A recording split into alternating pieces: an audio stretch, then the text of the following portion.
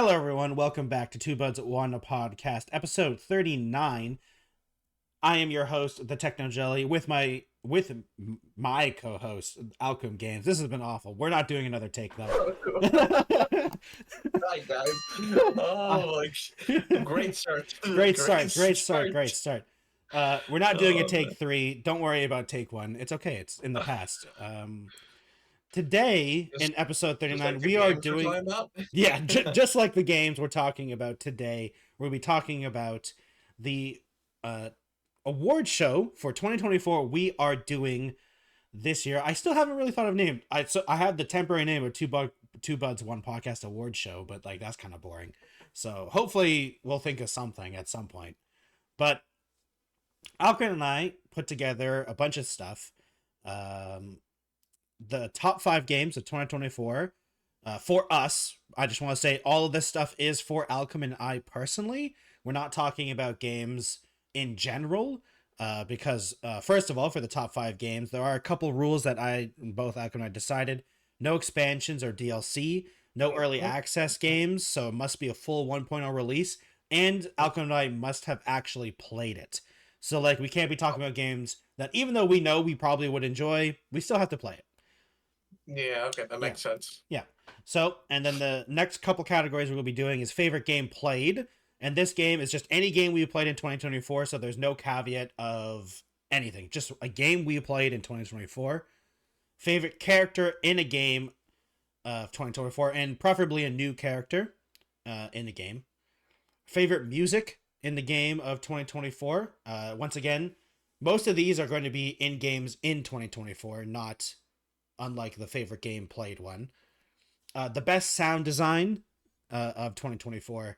The biggest fail in 2024, which I'm pretty sure Alchem and I are going to be agreed on that one.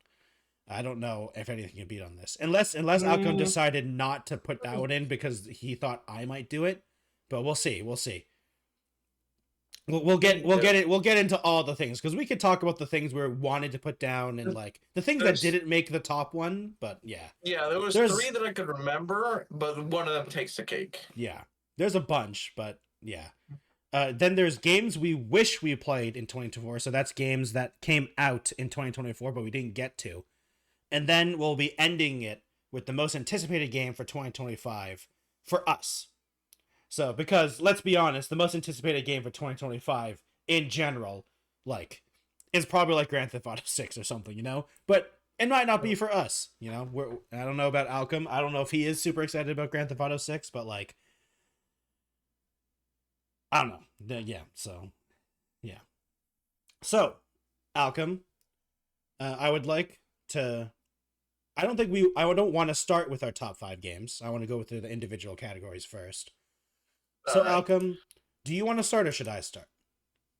I'd say you take it to start us off strong. Let's go. Pick something. Go. Okay, so the favorite game that we played in 2024 can be any game.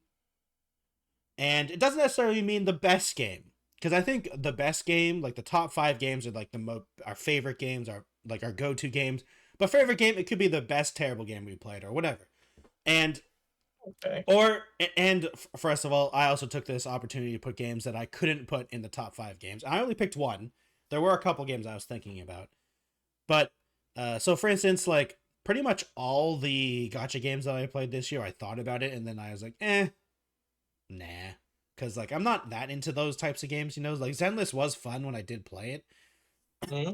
But, honestly, I'm kind of off of gacha games nowadays, so I didn't really... want to put it down.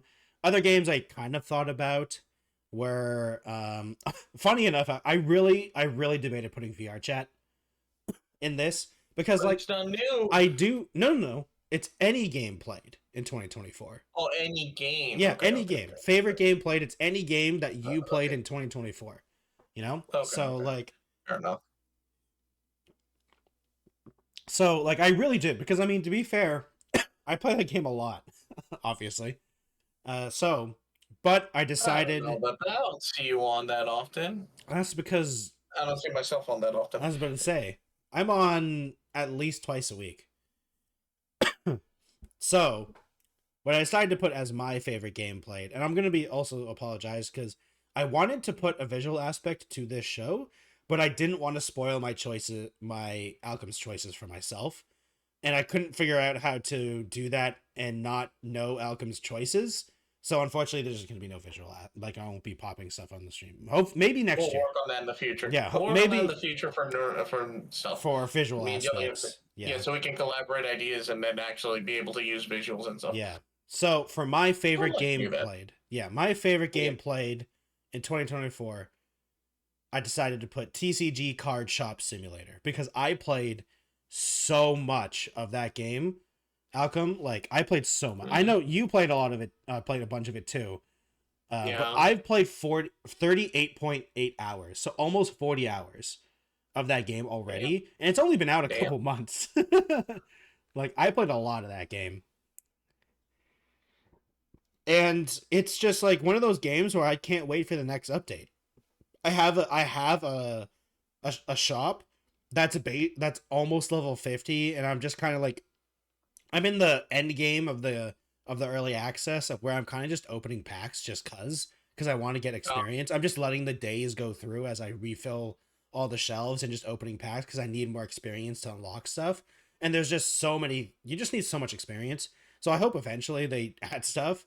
Though the one ironic thing about the game for me is that the more stuff they add, the more reasons to not open card packs you have.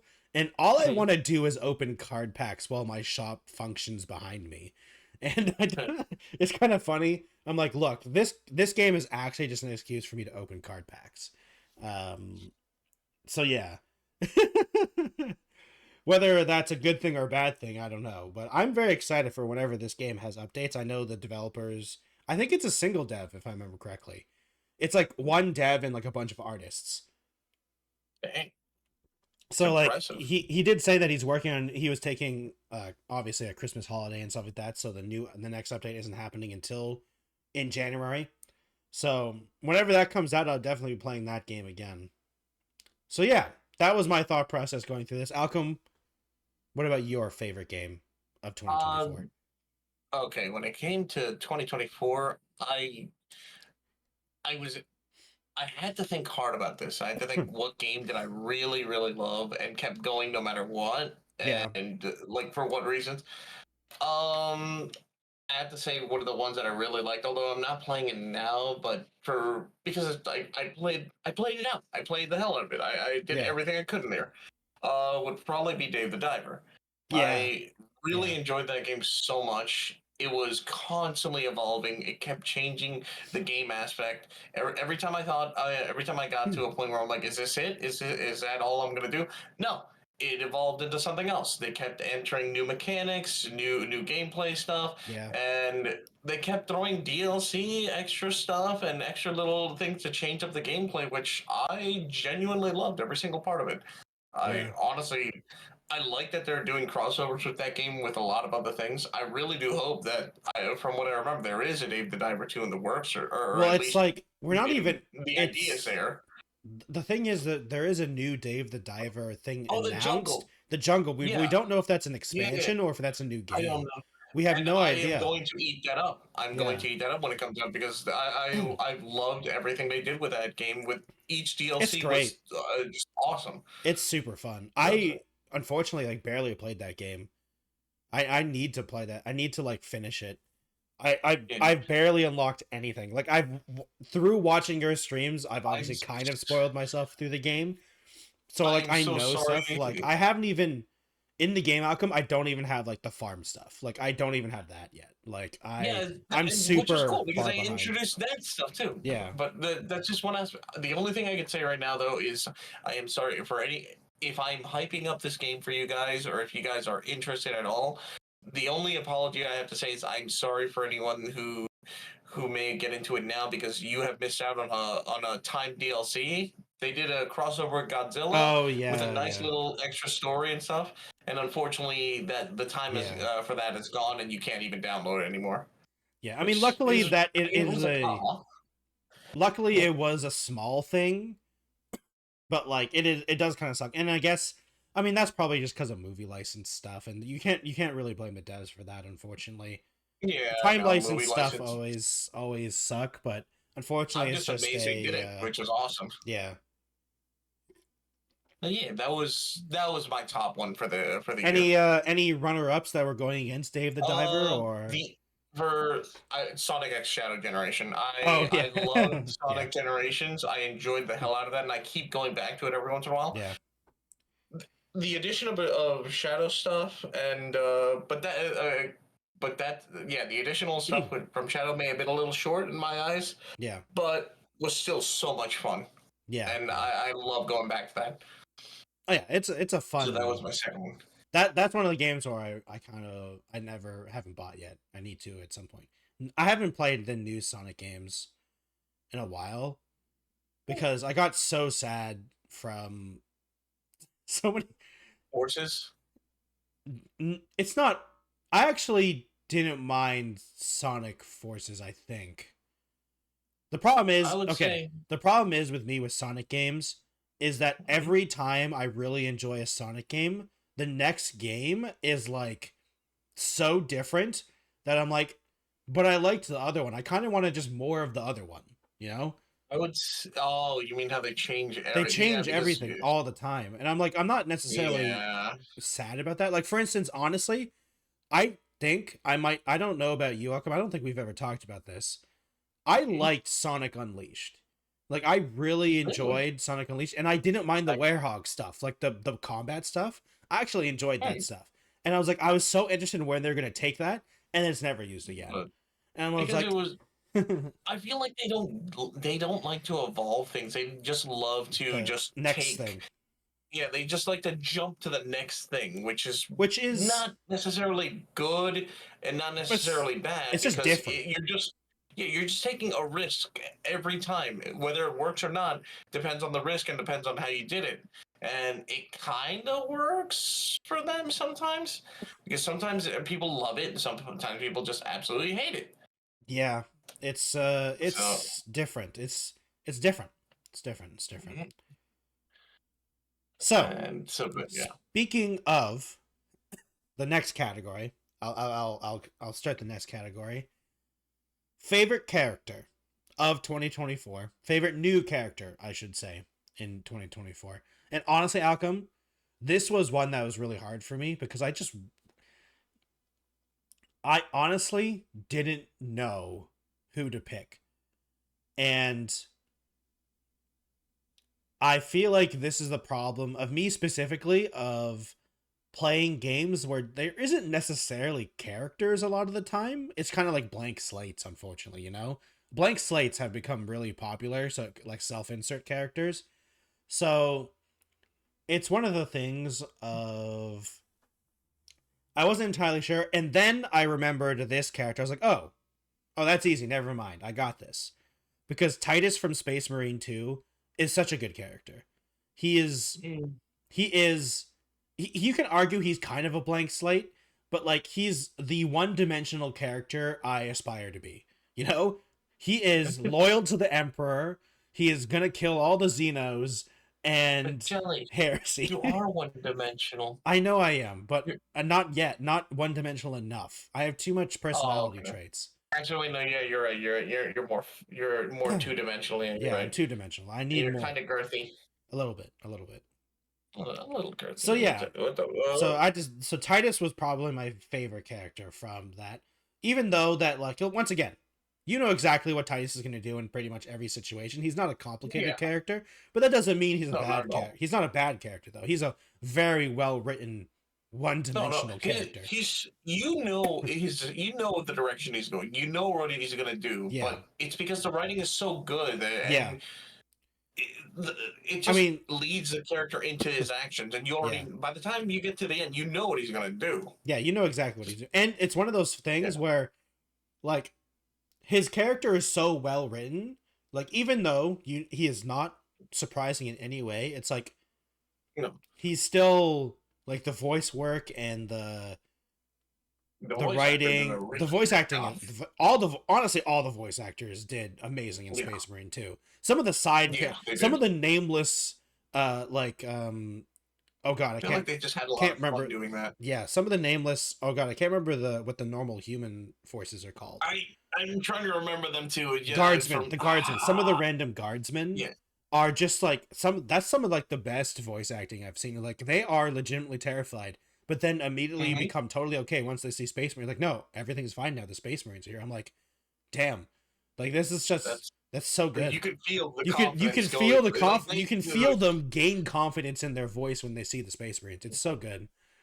And Titus, honestly, and Titus, that's how the universe works. The second you see them show up on your side, then they're literal they're literal walking. Calling them walking tanks is like actually an understatement because they're more powerful than tanks. So like they're literally walking, like they're a one-man army. Like in every possible way. So it's like, yeah, of course you'd feel more confident. So when they saw them come in, they were fearful for their lives, and then when they see just one show up, they're like, oh, okay, we're good. Yeah. Fight on, brothers, let's go. Yeah, just it's perfectly fun. It's perfectly great. It's great. So Titus is my favorite character. What about your favorite character, Alchem? I had to think really hard on that one because I was thinking, again, from this year. Yeah. I was thinking Warhammer. I was thinking, I was trying to think, honestly, I didn't want to go Zenless because none of the characters really. It's like there's some characters that I like from that, but I wasn't gonna pick a gotcha game. That's a slippery slope. If I feel like. Yeah, exactly. None of the other games really had a standout character so much.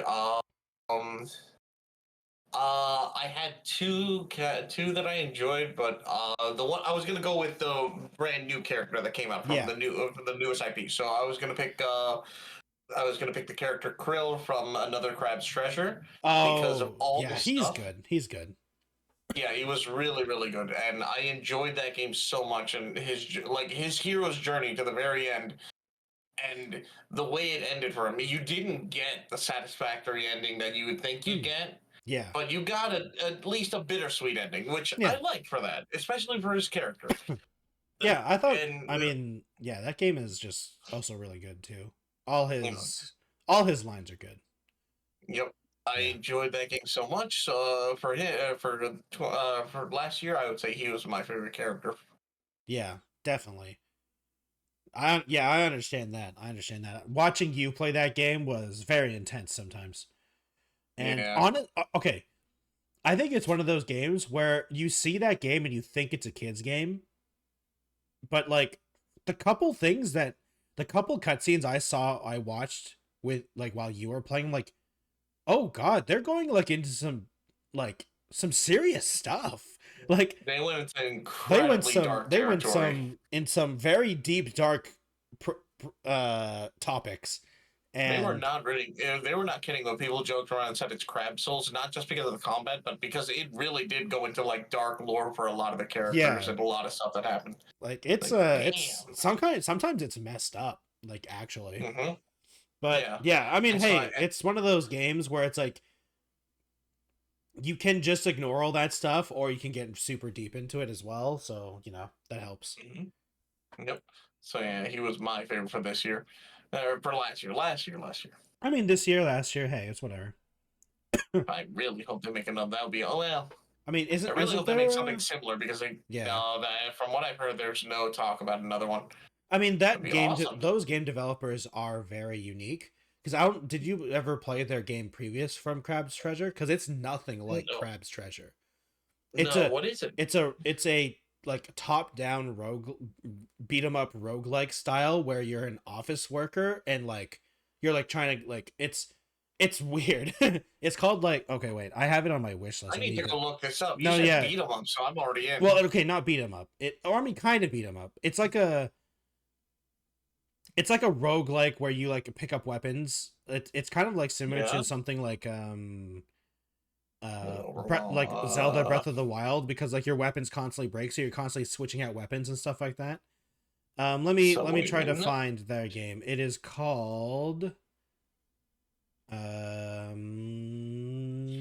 see, I watched a whole video on this because let me just going underground, going under. Yeah, so it's you're an office worker of a company that's going under. and it's Oh. yeah, like it's a very different game. So like they bounce around, like, and they make very good games. Oh. Yeah, it Oh, looks that looks really cool. yeah, it's a really good game. Note to self. Add to wish list. Yeah, yeah, Done. it's interesting. All right. Now I know that's So, something I'm gonna definitely try to get later. That's awesome. They're good. Cool. Hey. Yeah. So moving on. So moving on. Moving on to the next topic. Our favorite music in a new game in 2024. Oh. And Alchem, honestly, this was a very tough decision. We were talking about it slightly before the podcast, but this was a very tough decision for me because for me personally, I have trouble listening to music while playing video games, right? So even if the music isn't in the game, I usually turn that stuff down because it distracts me, right? Yeah. So when I was thinking about it, like, what game? But there is one game that I always think of when I think of music, and it's not necessarily but for me personally, every time anything extreme or dramatic happens, I think womp womp womp womp womp womp of the Helldivers 2 dive thing. It's constantly in my head. I can't get out of my head, Alchem. Every scenario, I think womp womp womp womp womp. I can't get it out. It's there always. It's everywhere. I can't not see it, hear it in every video game I ever play now. I have to concur. I have to agree that I was thinking when I was thinking of the same decision. I was thinking back. Is there any game that I'm okay with listening to their music and their music alone? And I'm thinking back like Zenless with all their number of tracks. And like half the time when I'm playing and grinding, I just mute the music and play my own music in the background to have some epic fight music playing. Yeah. In Sonic Generations, while the music is really, really good, they let you swap out music, which I do. So I was like, there's no music that is like I am like stuck to. Yeah. And then I thought back, what is the one song I always couldn't constantly remember? And then it's that. And I hear it everywhere, no matter what game I'm playing. Every time a mission starts. Anytime a mission starts. Here when we exit, when we board our ship and leave. It just that is so iconic. And I can't get good. Every time I start a mission in any video game, I think none of it. No other song. I even tried to think, could I replace that with anything else? And I'm just like, no, you can't replace iconic. It. It's become so iconic on the its own. Helldivers song.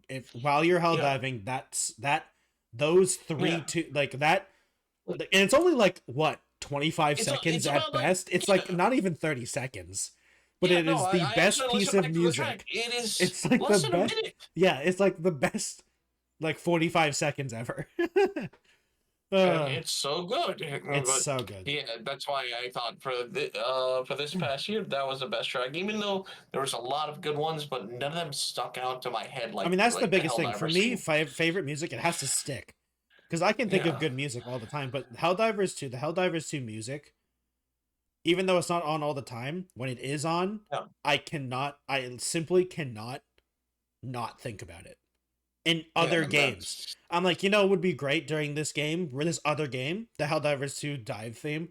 Like, I can't not think about it. So damn good.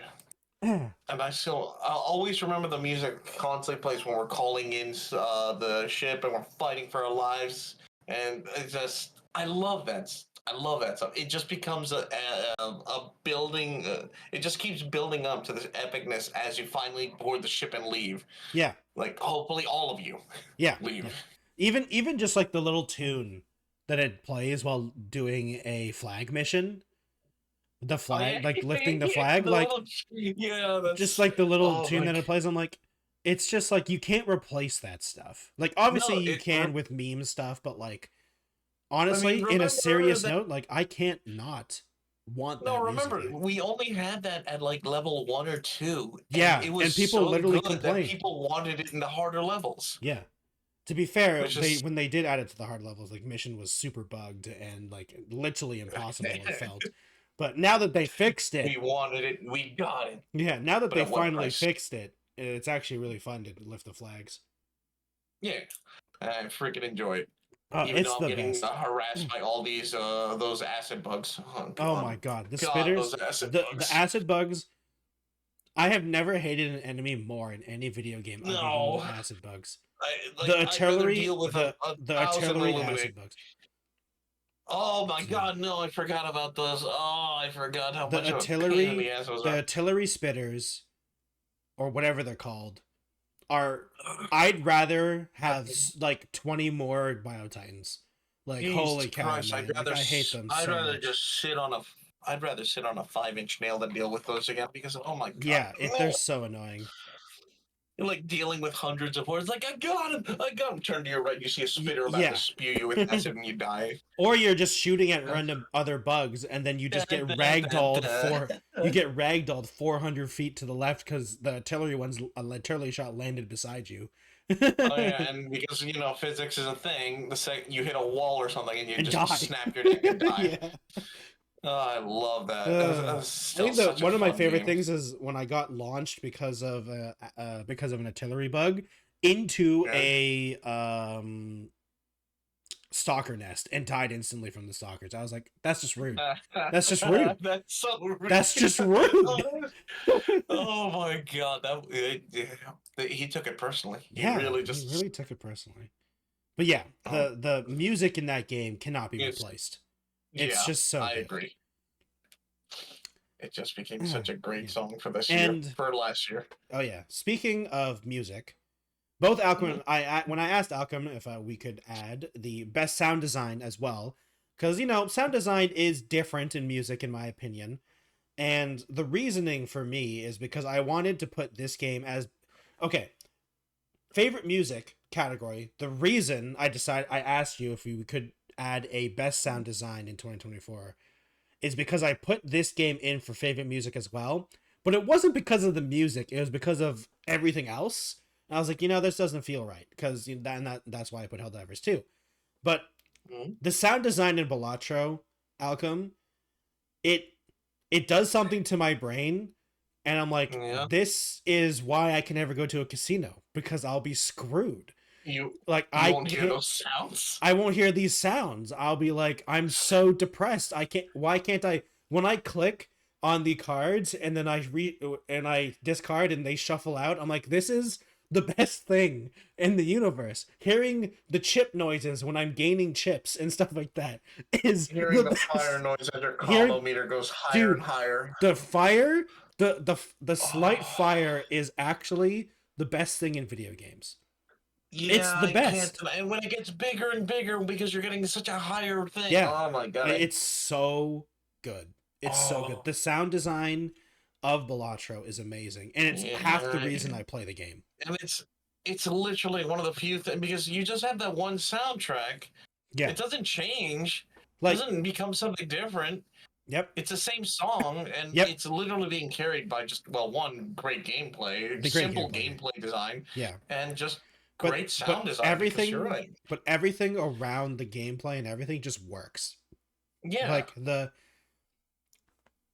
Even just simply clicking a card and having that card go up with the little card slide noise that it has, it's amazing. It's this is why I can never play regular poker again, basically. All I'm saying is I can't play any card game ever again because it's not going to have these sounds. And I'm going to be depressed. I honestly had no other opinion there either, because I was thinking back, what game did I play where the sound made a big importance? And obviously the ones that I could just remove the music from already lost there. Yeah. And the only thing I ever thought when I thought back to Balatro, because I played that game. I enjoy it to a degree because I still haven't beaten it once. But I almost beat the music track is just one. There's only one music track. Yep. And yet the sound from everything, everything else has a nice, beautiful jingle, chime. Just the sound effects are amazing, and you feel good when you're doing a good play, because the sound, the jingles just make you be like, yes, when you play one hand, and the game has to speed up because you're getting such a huge combo. The game literally has to speed up time because there's so many text things, and at the very end, when you get that kick score and it click and the money sounds are happening because you have extra hands left, so you're gaining more money and stuff like that. It's just It's so good. It's so good. Yep. Balatro is just gonna turn me into a gambling Thank addict. goodness. I swear, thank goodness that wasn't like a money-driven thing. Otherwise, people would have fallen for that so hard. Thank God for that developer. Like, is actually just like a nice guy, and he's just selling his game, and there's zero microtransactions because my God, if it's like the same. He would have. It's like this. It's like the guy. It's like the dev who made. You know the dev who made Vampire Survivors. Yeah. Do you know what his job was before he became a game dev? No, I didn't know that. He worked on casino slot machines.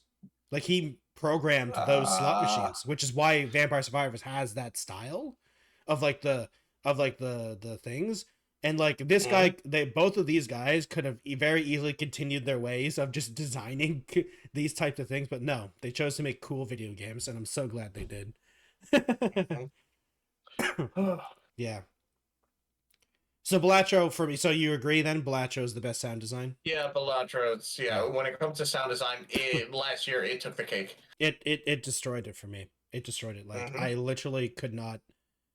But for me, like that's why I wanted to put best sound design instead of favorite music, because it's not the music of Balatro. Like the music's good, don't get me wrong, but it's all the sounds.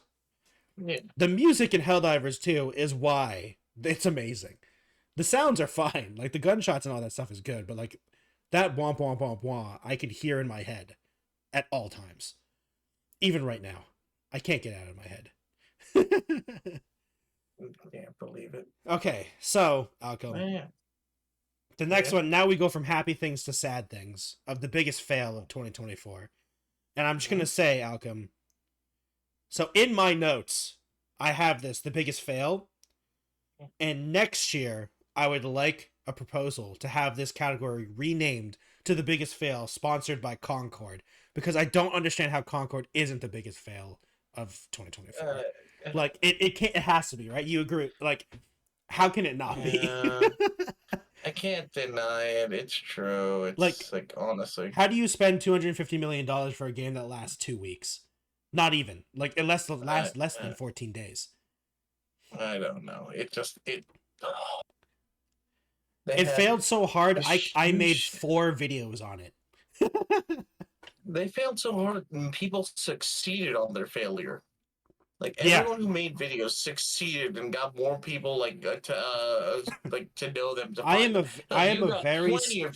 have a very small channel comparatively to for YouTube standards. I had more people watch my videos than play Concord. Than people played Concord. Yeah. Like it's just sad. And I'm serious, by the way, Alchem. I would like the next year's biggest fail to have sponsored by Concord. Because there are other fails in 2024. Like in broader terms, like all the layoffs and all that stuff is also a big fail in my opinion. But like Concord cannot be topped of just how much of a colossal failure that was. The only one that came close second would be the Suicide Squad game. That's it. Yeah, but that one still survives. A lot longer. Yeah, that one's still technically surviving. Well, I mean, they already said they're going to cut it off later this year. Yeah, but it's still going to be playable, and you can still play it single player. I'm pretty sure. Like the servers aren't being turned off. Yeah. So like you can still play that game. You know what I mean? Yeah. Like for people who do enjoy playing that game, you can play that game. You're right. Concord. People who enjoyed it's gone. Yeah, the 5 people who enjoyed Concord cannot play Concord anymore. Nope. That's why I keep constantly saying, stop with this bullshit of live service games, because this is what's going to happen. Yeah. They feel like they don't do a good job, they'll just take it off the market, and you will never get to play it again. Yep. But yeah, no, the only ones I ever thought of that were bad. Yeah, nothing else comes to mind. The only thing that came close was just was the Suicide Squad game and Skull and Bones. And Skull and Bones is also really close too. Yeah, there was no other that just. I also kind of wanted just to put Ubisoft here, but like. They're not just a game, Ubisoft Joey. They're not a game. No, it's not a game. I didn't say biggest game fail. It's just biggest fail. It's just biggest fail. Yeah, but And no, don't worry. They can do better. They can do better. I'm They'll flop even they have better. 2025 to make that list. Yeah, exactly. They can fuck it up even more later. I mean, come on now. They made that NFT game that killed your soul. Oh, my soul. I just have to remind you every once in a while that existed at some point. Yeah. Yeah. Yeah, so how could I they do couldn't that? I wanted to put this in, right? But I just couldn't, like, it has to be Concord for me. And because, like, it wasn't just that it was the biggest fail, it also had, like, the most advertising, and just, like, it was, like, the fastest. It was the biggest fail because of that. Because they advertised the hell out of it. Yeah. They said, we have all this. They showed all these videos. They promised more. They never did. And then at the end, they had a secret level. They had a TV show. They had a secret level where everyone's like, why? Why did this one have a secret level episode? I actually watched that, Alchem. Did you watch that? No, I didn't, because I was like, I didn't give a shit about Concord, so why would I care? And you know what the sad thing is, Alchem? The episode? What? Not that bad. It's fine. Like, it's all right. It's fine. I think it's better than the game, honestly. I'd actually prefer if they expanded on that story than just like, hey, man, if you could rebrand this and just, like, make a thing out of this, I'd be totally cool. I'd be down with that. But, you know, it's a mess, man. It's just so funny. Like, they spent so much money on everything about it, and it's just failed so hard. It's just honestly a shame that you could see the ambition they were going for, but it's just that it just looks and story, if there was any, didn't really it's just shine. So the problem is that it's just so generic. Yeah, it's not that people didn't want hero shooters, because literally just a few months later, a literal hero shooter of Marvel Rivals comes out, and people love that. It's dominating. It's dominating every other hero shooter now, and so it just goes to show Concord was just too generic. The design it wasn't interesting. Basic. The only character I ever remember from Concord is the main guy, obviously, because he was on all the posters and, like, all the lizard guy. No, it's the guy with the yellow skin. Yeah, him. I thought it was a lizard. Is he a lizard? Here's the thing. All I know is he has yellow skin. I don't know. All I know, he just looked kind of like a generic not custom, but he looked like generic character number one. He looks like a human, but with yellow skin to me. Yeah, exactly. So I remember him and the robot. Only because I watched a bunch of gameplay, and there was this robot that used it. It's like a really big tank Roomba robot. It was just funny to me. It was interesting. I never saw anyone play it. Well, like I said, the problem is that he wasn't in any of the advertising. He was a character that you could play, and, like, very few people played it. The reason I know about him is because he was in, like, I think he was in the video that Moist Critical made about it. Like, he was one of the characters that he was constantly killing. But yeah, that's definitely the biggest fail. And it will be forever remembered, because it's sponsored by Concord, the biggest fail category. Because I don't think everything... Skull and Bones is a close second, in my opinion, because Skull and Bones is, like... It isn't just the biggest fail of 2024, it's the biggest fail of, like, 2017 to 2024. Because, like, that's how long it took for this game to come out, and it's nothing. Like, literally the only person I know that plays is DJ, and DJ is, I mean, they play it sometimes, but, like... It's such a huge failure of what I wanted it to be.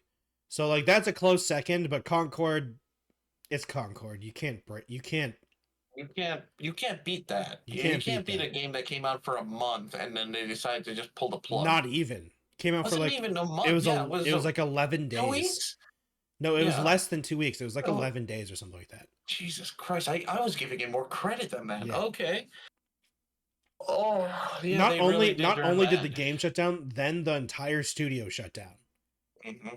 Like, yeah, it was bad. That is, I'll be honest with you, I'm pretty sure that most of the people behind that game will probably want to hide their names and not be associated with it.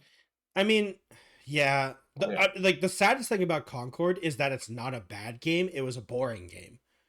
Like the game functioned, it worked, but like shooter, it's just a boring game. And like every time I watched it, I was like, it feels like I'm watching this game at 2.5 speed, like sorry, like a 0.2 speed. Like it looks like it's at half speed, is what I'm trying to say. Like everything is slow. So yeah. Anyway, let's move on, or I'm gonna continue. I'm gonna make like another 4 videos on Concord. Because, so 2024. You sounded so sad. God, don't make me make another video on that shit. It was so, oh my god, man.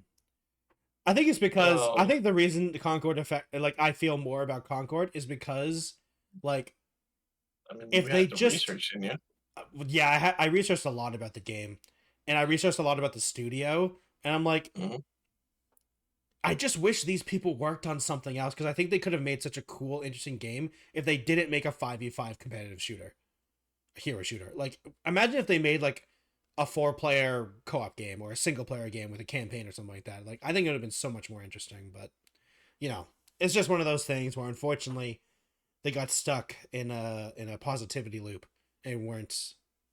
Oh yeah, I forgot about that. Yeah, the toxic positivity attitude. Yeah, don't give us any negative, just give us all pump. I mean, I told you that. I think you probably forgotten, but they were literally called criticism. They were literally the internal name for the game was literally the Disney of PlayStation.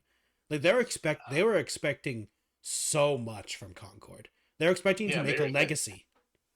They literally thought that this was going to be the next like Mario. This was going to be the next big Halo. Yeah.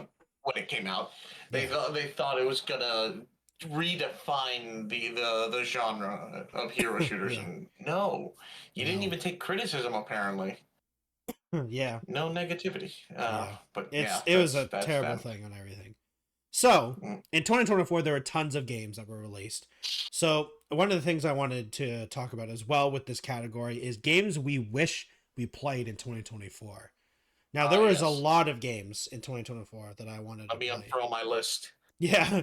So, there's a bunch of games. Honestly, Alchem has talked about a couple of them. I wanted to play Crab's Treasure.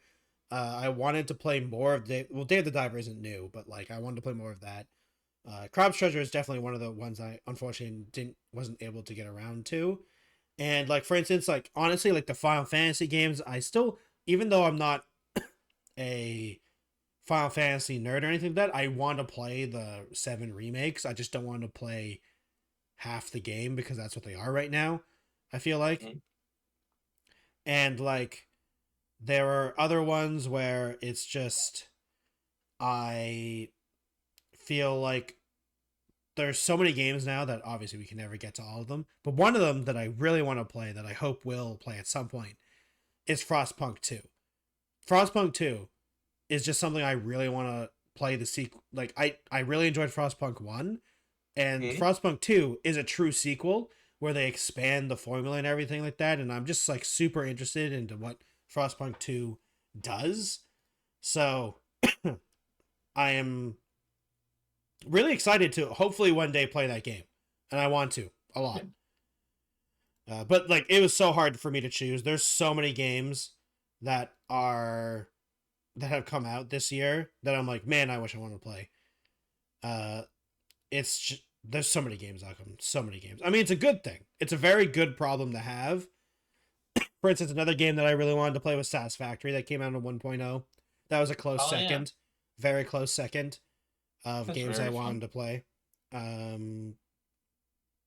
Yeah. So what about you, Alchem? What is your most anticipated? On Fro's list of games that it's like these are games that I either have are on my radar to play soon or get when I get the chance. But these are the ones I personally felt like I missed out on playing. First off, I would say first on my list is Yakuza, or no, it's Like a Dragon now. But it's not Yakuza anymore. It's Like a Dragon, Infinite Wealth, because I want to finish first. I want to finish the main story, the first story for that character, because I want to at least make sure I caught up with his story, and then I want to go to Infinite Wealth. So my regret is just not having the time to finish Like a Dragon, which hopefully I'll be doing soon. Yeah. Persona 3 Reloaded. Persona 3 Reload is one of the games I was looking forward to last year. I just never got the opportunity to get it, and thankfully, it is not an online game. It is not online playing, multiplayer game. Yeah. I can literally go into it whenever the heck I want, which is why I didn't immediately grab it. Other games would be like Sandland, Black Myth Wukong, the two different games that I definitely was into. Black Myth Wukong, everyone was talking about it, everyone was hyped up about it. It is one of those kind of Dark Souls-esque style games where the bosses are extremely hard, and I like those games. Yeah. I usually just play those quietly on my own, maybe not on stream.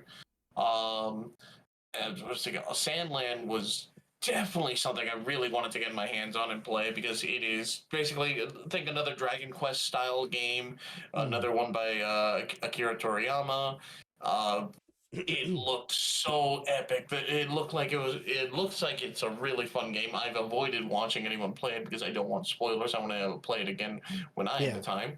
And thankfully, again, not an online multiplayer game. I don't have to worry about the community dying or anything. I'll just play whenever I want. Yeah, it's good. The only other three as I have was Ace Attorney the Investigation Collection, because I like the Ace Attorney series. I would love to have played that. Yeah. Metaphor ReFantazio, because I've heard so many cool things about I've heard a lot of good things about that game. Yeah. One of the crazy things about that game apparently is that you can restart battles right away. So people who really enjoy like playing on the hardest difficulty, if you mess up, you can just hit a button and it restarts the fight from the beginning. So like you don't have to go through all like losing the fight and stuff. You can just hit reset. Which basically every JRPG fan I know says this needs to be a standard feature in every game ever, because like honestly, imagine if you have a long 20-minute fight with something, and they just pull out some cheap move that has like a 5% chance of something happening that just wipes your team, and it happens. Yeah. Rather than having to go back to the last save and deal with like tons and tons of cutscenes or whatever else might be happening to get that boss fight, you just go straight to it. Straight to the beginning of the boss. Yeah, just going straight to the beginning. That would be. I would love that. Yeah. So I know that everyone's like desperately asking for that feature in every game. That definitely should be a thing for most RPGs. And the last one, I wish I could play this one. This one I know I can't play. I want to. Maybe it'll come out one day on Steam. I really doubt it. Is Astro Boy. Astrobot. Astrobot. Why do I keep saying boy? Astrobot. I am. That was the third. That was the third for me. That was the third. Yeah. I'm a sucker for those kind of games, for platformers, especially ones that just delve into nostalgia and PlayStation nostalgia of all things. I would have. Funny enough, I want to play that game, but I don't even have PlayStation nostalgia. I didn't have a PlayStation growing up.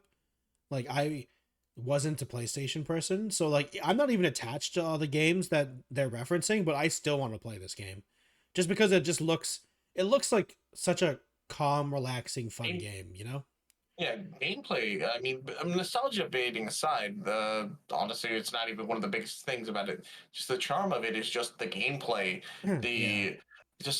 I just loved every time I ever saw people playing it.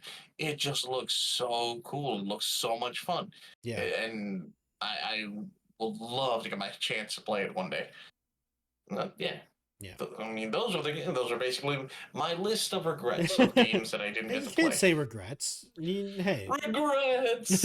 No, luckily all of them are not multiplayer games, so you can play them at any point. Exactly. That's one of the reasons why I have this list. This list exists, because those games I can wait for whenever I get the chance. Yeah. So, Alchem, it is time to start our top 5 games of 2024. And just if anyone wonders, if anyone's asking, the reason we're doing top 5 and not top 10 is because honestly, I don't know if I could fill a top 10, simply because I do play a lot of games, but I don't play a lot of new games released, because those games are very expensive sometimes. So I didn't play a lot of games that were released in 2024. That's not true. I played a decent amount, but yeah, ones that stuck around for me, definitely. Would you like to start or shall I start? I think we go Um, 5, 4, 3, 2, 1, and we bounce back between our numbers. okay. So who wants to go first from that one then? Okay, I can start with number 5. So I'll go. Okay. So I'll come. Number 5 for me is okay. This game for me came out of nowhere, and funny enough, I bought this game when it was when the multiplayer update happened for this game, and I still to this day have not played the multiplayer thing because I enjoyed the single player so much that I just kept playing the single player over and over and over again, and that's Buckshot Roulette. Buckshot Roulette Oh, is a really fun game, and I bought this game to play multiplayer with other people, and then I was like, you know what, I'll play the single player first. And because of that, I haven't played the multiplayer because I'm like, I'm just gonna keep playing the single player because I have to like organize stuff to get people to play with me. And I'm like, what if I just hit play and play the single player? And yeah, this game, I enjoyed it so honestly. It was very. This is probably my most surprising game for me because like I don't think myself as this type of player, but it was just so much fun when I played it. And it's also one of those games where I have to only play it because I have to pay attention so much that I just get wrecked every time I can't listen to something or watch a video while I'm playing this game, and I'm like, okay, I have to play this game. And yeah, it's just great. I just really enjoy it. yeah. Okay. So So, you're number 5. ping ponging over to me. For my number 5, I honestly I'm trying to think because I had the list here, and boy, oh boy. I hate it. Part of me hates that it is on my list, but part of me is like, no, I can understand why I still enjoy it. You don't have to Number hate 5 yourself. is Zenless Zone Zero. No, Like I'm it's still in hey, the it's a gacha good game. grind. The The worst stories thing for the about Zenless, chapters, the worst yeah, thing about Hoyoverse games is that they're decent games. yeah, that's the thing. They're a gacha, yes, but man, I do like the combat system now that more characters are being fleshed out and their combat system is starting to evolve better and better. Yeah. I am liking the story for a lot of these characters. I love chapter 1.3. I love chapter 1.4. The story and all the craziness that started to happen has just I just been loving it and kind of looking forward to the next one. And yes, kind of looking forward to the next waifu in that chapter too. But in terms of my list, it goes number 5 because yeah, Yeah, that Bernice in the end, trailer is like the best thing ever. oh my god, that thing got so much distance. Like everyone loved it. People Well, started to make their own variants of it, their yeah, own it's great. versions. Oh my god. Look, all I'm gonna Hmm. say is that the is the same company. Like I know it's all Hoyoverse and stuff like that.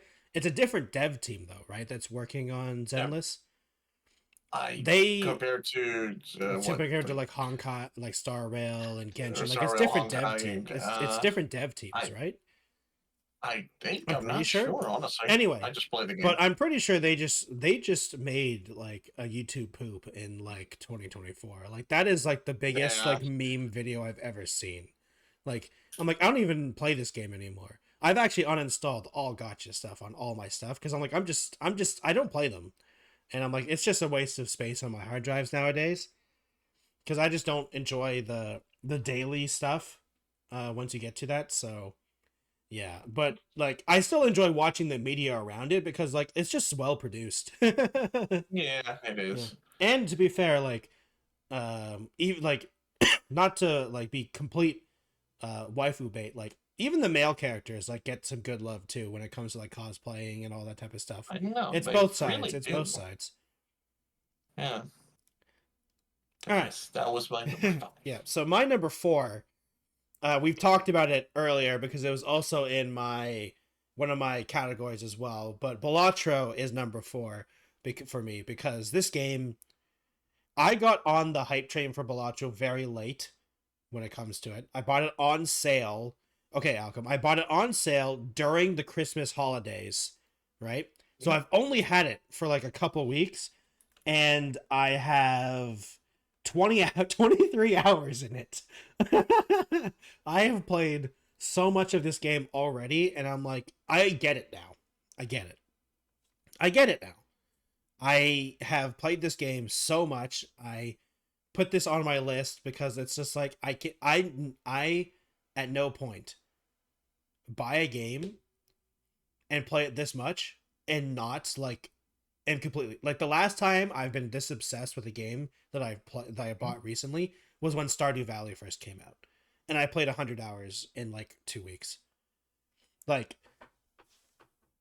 it's getting to that point where I might actually do that because balatro is so much fun, and it's been a very long time since I've played a game, looked at the time and said, oh, I can play one more round, and then looked at the time again, I'm like, oh, it's 1 a.m. now. Huh. That's unfortunate. And balatro is that game that does that. And thank God I don't have it on mobile or like a Steam Deck or anything like that, because I don't know how I would not be playing it. If I could play it outside of my computer, I'd be doomed, Alchem. I'd actually be doomed. I'd be sending you even more screenshots of me bragging how I'm beating things and you're not.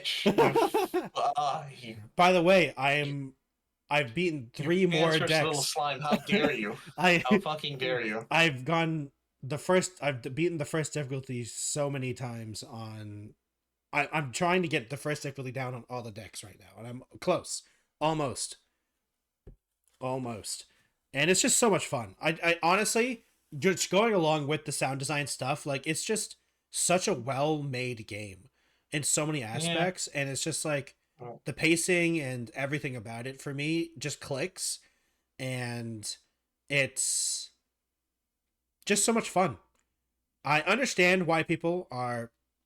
I think balatro is that classic game of every time I see someone say, why are people so hyped about this game? It's just a card game. And then everyone says, I understand what you mean. Just play it. It's cheap. It's super cheap. It's like not super expensive. Just play it and you'll understand.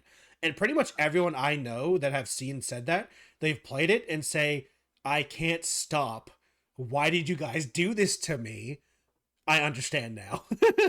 Yeah. Like there's this meme. There's this I can't remember which Twitter meme picture thing. It was a meme. It was like a meme Twitter thing that was anonymous. And they were making fun of balatro a ton of times. And whoever was behind the account was finally convinced to play balatro, and they publicly apologized for making fun of balatro. Because they said they posted their hours, and they apparently played, like, they bought the game, and then 12 hours later they were still playing the game. Like they said this is like the best game they've ever played, and they're like, and yeah, it's just that type of game. It's stupid. It's stupid about some of the controversies about the game because it's really dumb, because the game got an 18+ rating in Europe bullshit. And stuff. Because it's just stupid. They saw funny cards and thought it was immediately gambling. When you're not gambling. Yeah, there's literally no microtransactions at all. But it's whatever. That's the law being behind. But yeah, Alchem, that is my number 4. What is your number 4? My number 4 is the very same game, because I can't deny it. Even though I am frustrated as hell that I still can't beat one of the first deck, because I have just the worst luck. I can't put it down. I can't. I'm taking it as a personal challenge, and I really want to continue playing it because it's just fun. The music doesn't carry it at all. I can play my own music, but the sound effects are amazing. The gameplay is simple but robust, and I have that mentality too, where I'm just like, all right, I didn't do it this time. One more. I didn't do it this time. One more. And then I just keep going. And then it's 1 a.m. and then you're like, oh no. Yeah, and I was like, oh no. Just like, oh no, I gotta go. And so I have to go to sleep. I'm just like, but maybe this time. So I have to stop myself. Yeah. But it's that good. It's that good, man. It's that good. It's that good. You know what the funny thing is? I remember a couple, like 4 or 5 episodes ago, both you and I were so surprised that this random card like, game. How did this? Yeah, I was convinced once that game got so many awards. I was like, okay, I'll give it a try. I mean, Yeah. it looks like I saw some streamers that I like watching playing. I'm like, this is just a card game. This is just poker, isn't it? Yeah. And I mean, it honestly, And then technically, yes, it is. Technically, yes, it is. It's just poker, but it's just so much more. extra steps. It's so. The best way I can describe it is it's poker with extra steps, but those extra steps are massive. Yeah, the extra steps is so much fun. Game. The Joker cards are like so cool. Oh, okay. I thought you were talking about the little Joker icon. I hate that little bastard. I hate him so much. I want to punch him. He almost became my favorite character. He almost became my favorite character. Oh my god! I want to punch that little guy so. But yeah, no, that is my number 4 as well. So, like. Okay, toss it back to you. So number 3 for me is a game that I'm literally making a video about, because this game has made me happy, sad, and depressed all at the same time, but not because of its fault, but because of another company's fault, and how much I hate Overwatch 2. Because number 3 for me is Marvel Rivals. And Marvel Rivals is so much fun, Alchem, and I enjoy it so much that I have realized, oh my god, I hate Overwatch 2 so much that it convinced me that I don't like this type of game anymore. And the answer is no. I actually really enjoy the 6v6 hero shooter genre still. I just hate Overwatch 2 so much that it made me convinced that I don't like the genre anymore. But no, I still enjoy the hero shooter genre. It's just I don't like Overwatch anymore. It's just, I'll say this. I think original Overwatch had the formula. Yeah. The original 6v6, that was it. They had lightning in a bottle. It took over the world. It literally launched the esports genre to become what it was. And then they dropped the ball by trying to listen. I mean, it wasn't as big as it was until Overwatch. I would say League really helped that. I was gonna say, yeah, I was about to say League is like the only other thing that was. I would say League of Legends really popped up. I would say the Overwatch esports proved that it doesn't matter how big you are, you can still fail. Because the Overwatch esports league failed hard. Yeah, but that's after they started to make these changes that people started to not like, and after people realized, it's weird. We just get very little updates, we get very little anything. Yeah. And it was because I remember that for like almost 2 years. To be fair to them as well, COVID didn't help as well. Yeah, no. But this game came out like, what, 2017, 2016? Overwatch 1? Yeah, Overwatch 1. 2016, I'm pretty sure. And it took over. Yeah. It literally took over. And everyone loved it. And I feel like Marvel Overwatch Rivals became now is just what Overwatch was back then, but it's their version, and people are loving that. I think it's Marvel literally the same thing. Hero shooter, same 6v6, and just to be fair, Marvel Rivals does have its own take on certain things, but I think the biggest thing is whenever I talk about Marvel Rivals and why it's my number 3 is because it doesn't remind me of Overwatch 2. It reminds me of that 2016 Overwatch 1. Exactly. Where everything is broken. Everything doesn't make sense. There's so many characters that are like Genji Overwatch 1 and Bastion Overwatch 1 were stupid. But that's kind of like the cool thing. But that's the fun thing. That was the fun thing. You had to work around it. The community worked around this shit. Yeah. People, even if there wasn't a Six Winstons was hilarious. Yeah, it was the best of times. Yeah, and Marvel Rivals is currently capitalizing on that, and also fixing some of the problems. I think doing some very clever things of fixing the current problems of Overwatch 2, and the old problems of late Overwatch 1. And doing their best to fix some other what? Jelly, you're mistaken. There is no Overwatch 2. Remember that. That doesn't exist. Yeah. It's true. It's just Overwatch, but it's Overwatch PvP. It's Overwatch. Yeah, exactly. Because, I think one of the best things I hurt myself with that. Marvel Rivals Alchem Yeah. Even when we're playing together as a group and stuff like that, when we hit play, whether it be comp or quick play, we find a match within a minute. All right, I gotta go back to comps. Thanks for reminding me. I gotta get back to my gold. I gotta go to diamond. I didn't even make it to gold because I'm like, I don't even care really. I made it to gold and dragged my friends into it too. They got into gold too. Let's go. I probably could have if I played more. Like for me, like you should I just here's the thing, Alchem. I will drag you into it. I need Alchem, a fourth because But I needed to play Balatro and brag about it every time I beat it. Did you not realize every time you were playing Marvel Rivals, I would pop in your chat? Were playing Balatro. I was playing Balatro while you were playing. You were in my chat lurking. By the way, thanks for lurking. Appreciate it. And then you just I was like, playing Alchem, Balatro. I beat another deck. They're like, while you're grinding hard in Marvel, I'm learning the ways of the cards. Learning the ways of the cards. Oh, I'm mastering the deck. Oh my god. The deck. But yeah, so like Marvel, honestly, so that's one really cool thing that like we just find games. When you and I played Overwatch together, Alchem, we would sometimes wait 10 minutes for a game. Like it takes so long sometimes. And like that was and it's not even saying like it's a dead game. It's because no one wants to play tank. No.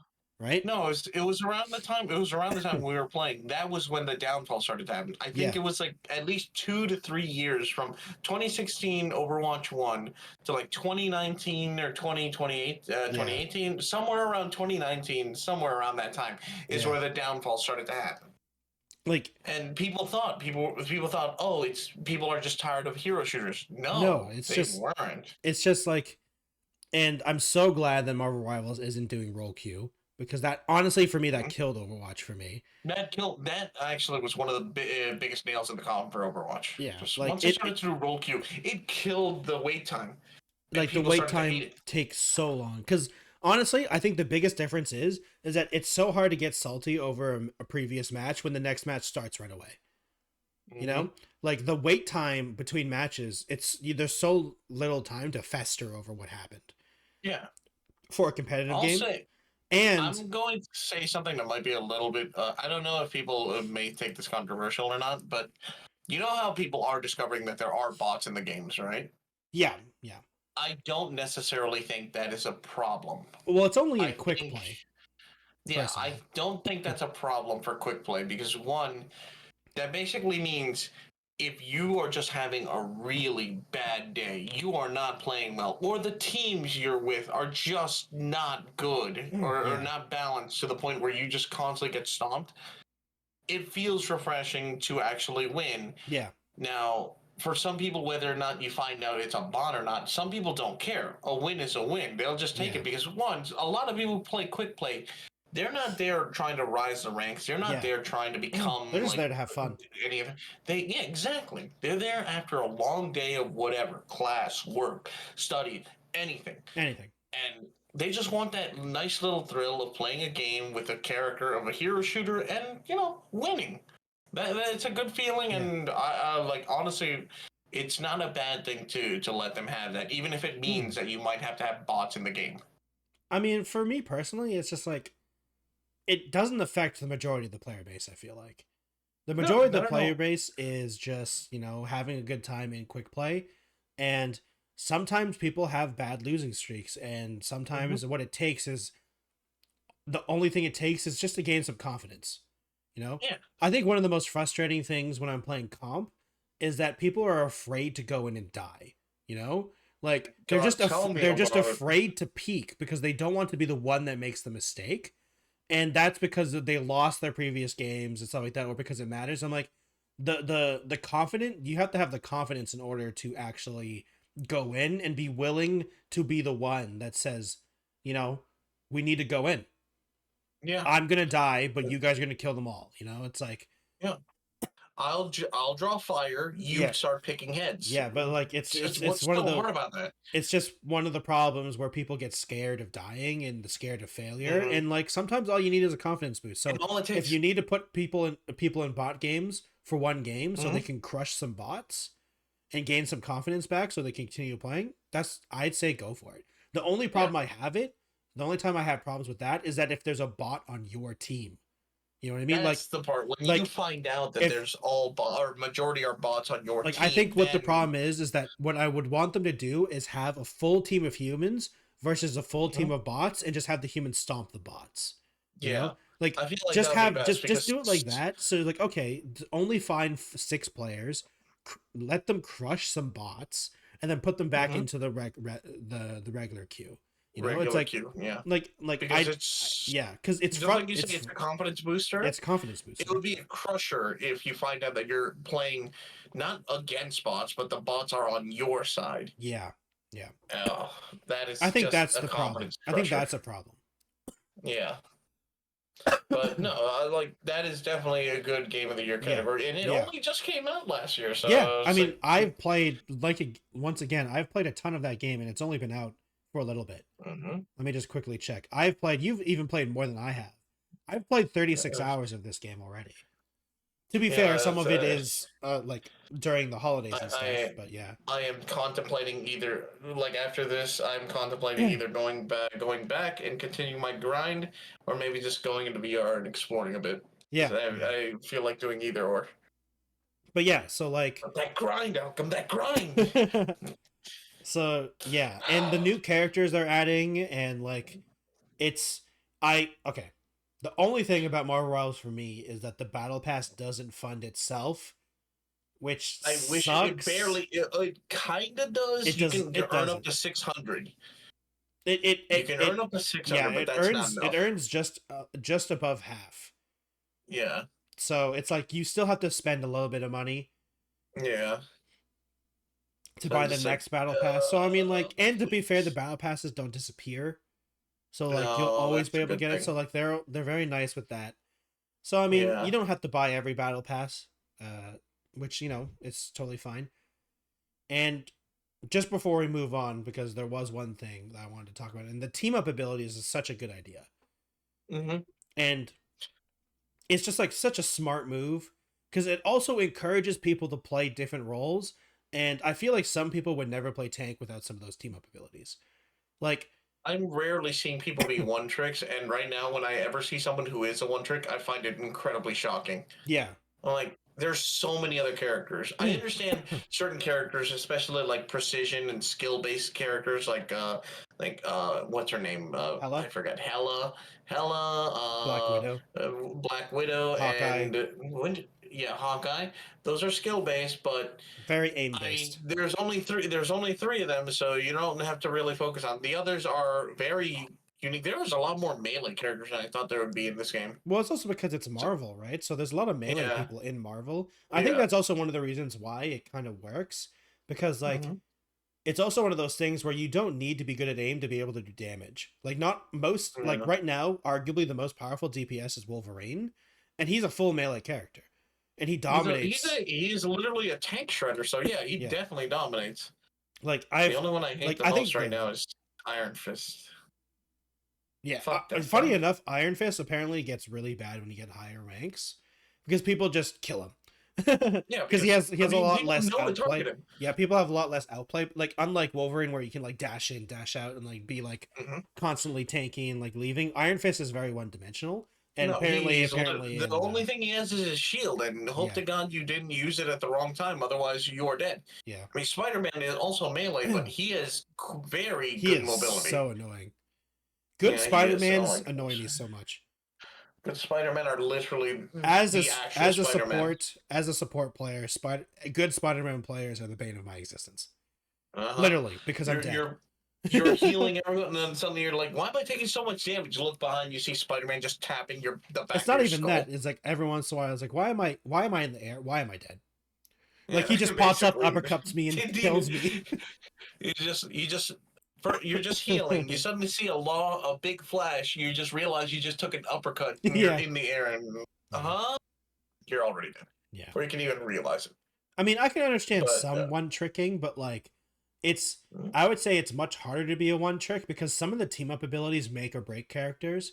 Like I remember people talking in the early days talking about Iron Man, and people are saying like Iron Man is like literally F tier, right? He's literally the worst character in the game. And now, What? people are, and now Iron Man is like one of the best DPS characters because his team up with Hulk is so good that his beam just destroys people when it's Yeah, the it gamma does. beam. And so like it's just one thing, it's people, skill issue, people aren't good enough, but like people are forgetting that team up abilities can make or break characters. Like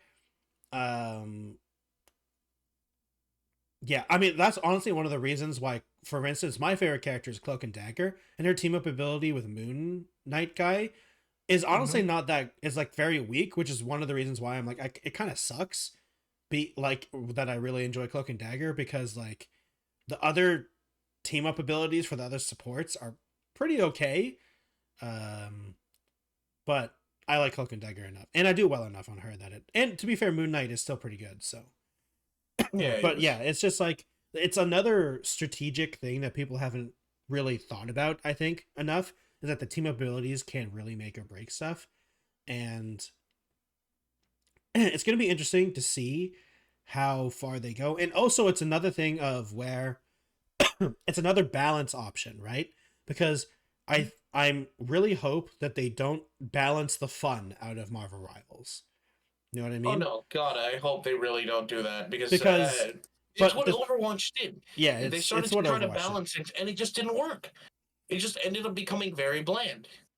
Yeah, but I also think When everyone is equal in a hero shooter, everything becomes boring. yeah. And another thing is that they've also just implemented things that people have been begging for in Overwatch for so long. Like, I think the biggest saving grace for this game is that balance, obviously in a competitive game, balance matters, right? You don't Yeah, it want things does. to be broken, you know? You don't want things to be blatantly overpowered. Like, for instance, Hela is just like dominated high tier. But you know what? Yeah. But here's the thing. The high tier players just banned Hela. Yeah. And in Overwatch, you could never do that. And the fact that you could never do that is crazy, in my opinion. But, like, the fact that other DPS players can show off their skills with other characters because Hela is banned, so that means other characters can shine, is like, it just shows that they understand. First of all, the devs understand that they're not always going to get it right. You know, they're going to make mistakes. And so players need to be able to counter the fact that sometimes they're wrong. Like, for instance, a lot of people are very nervous right now because, unfortunately, the devs listen to the community too early in a lot Oh of no. people's opinions, because Wolverine was buffed in the last patch because everyone was saying Wolverine was terrible in the beginning. But Oh now yeah, he's he's a like, monster but now, now. but when people started learning how to play him, he just Yeah. dominates. And so, He's, unfortunately, they buffed him for this not coming patch because they were listening to the community when everyone was saying he was terrible. So everyone's like, and "Oh now no, he's he might be like really bad right now." But the thing is, in for the players where the balance matters the most, which is the high skilled players, because when you're low, when you're bronze to diamond, skill matters a lot. Like Hella can be good, but you need to be able to hit headshots with her. And so if your players can't hit reliable headshots, she's not as dominant as someone like an Iron Fist would be, you know? yeah. Or and if someone is really good on Uh, Spider-Man, but Hella isn't there really, but Hella is really powerful, that Spider-Man player might be really good because he's very good. They're very good at like comboing their abilities and positioning, but like being really good at aim isn't that, you know? So I think it's really nice that they can ban players and, or not ban players, ban heroes. And if Wolverine turns out to be a problem, okay, well then they'll probably patch it out soon. But until then, yeah. people can ban it if they want to ban it. And Exactly. I do kind of want them to have the ban system in for all ranked players, because I do think one ban, like the four bans, would be nice for all ranks. Mhm. Just because I think a good difference between quick play and competitive is bans. I think that'd be nice, because even on low tiers, I'd love to ban certain things. You know, just cause.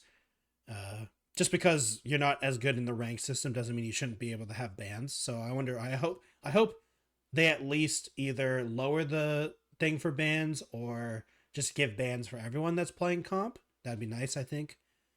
But yeah. So Alchem, we've talked a lot about my three. Yep, What yep. is your 3? My number 3 is, well, actually, come here 1 second. I gotta go back on the list.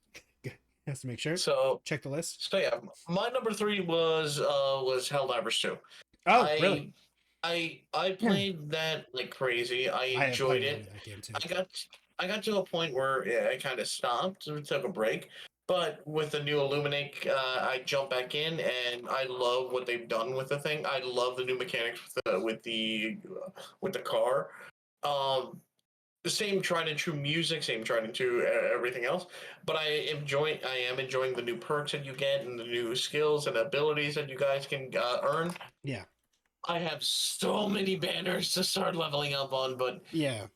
I just remember playing with friends again, and oh my god, it's such a blast even now. I can always just go back, and if people are around that want to join me, or hell, I just join randos and still have an incredible time.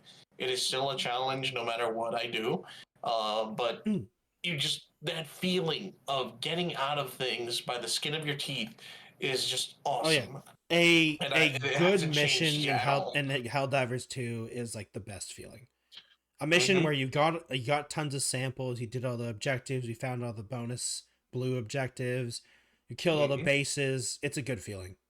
That feeling where you're just playing serious with a good squad and you just make it out is the best. And that feeling when you're playing with your friends and you're just dicking around and just basically just backstabbing the hell out of each other, or just shooting each other on sight, or just setting up your jokes for just the dumbest bullshit between it. It's in both manners, it's very fun. Yep. It can be crushing at worst when you're getting dominated by a bunch of the bugs, or like you had the 1,000-yard stare where you're back dealing with automatons. Although I feel like they're not as bad as they were back then. Well, they've done a lot of balance changes to the bots. I'm glad that they did. They needed some balance changes. And one of the biggest things is every threat, the three threats, including the Illuminate, they all feel different. Oh yeah, I think my favorite thing about Helldivers 2 right now is that I bring such different loadouts for each of the enemy factions. Like the stratagems that I bring against the bugs are nothing like the ones I bring the Illuminates. Yeah, for the bugs, you just feel like you're just mowing down all these endless enemies with no end in sight. For the automatons, you are carving your way through as this onslaught of robots come your way, and you can't fight them all because it's just way too much. I try. So you have to navigate your way through and just take the path of least resistance. For the Illuminate, you are navigating through, especially in the cityscapes, you're navigating through trying to find your way to the goal, to whatever objective you have. Meanwhile, all of a sudden you turn a corner. You turn a corner and you run into a horde of zombies. Next thing you know, you're fighting 5 or 6 hordes coming your way. Yeah. Then an Illuminate Watcher shows up and it just all goes to hell. Dude, I hate those jetpack guys. The jetpack guys are the bane of my existence. Yeah, and all of those things feel different. Yeah. They all feel like different gameplays in their own way, and you and your crew of 4 dumbasses or 4 special elites, whatever group you could be a combination. Fray, could be both. Could be both. Exactly. You could even just have a combination, but that's the charm of it. You have so many combinations of stuff that can happen, and making each objective the most memorable thing ever, the funniest goddamn thing ever, or the most disastrous thing that could possibly happen. Yeah, and I think the funniest thing recently in Helldivers 2 with my IRL friends, because I play a lot of Helldivers 2 with IRL friends, is that whenever we do a defense mission, we all just bring nothing but turrets. Just the green stratagems. It's so fun.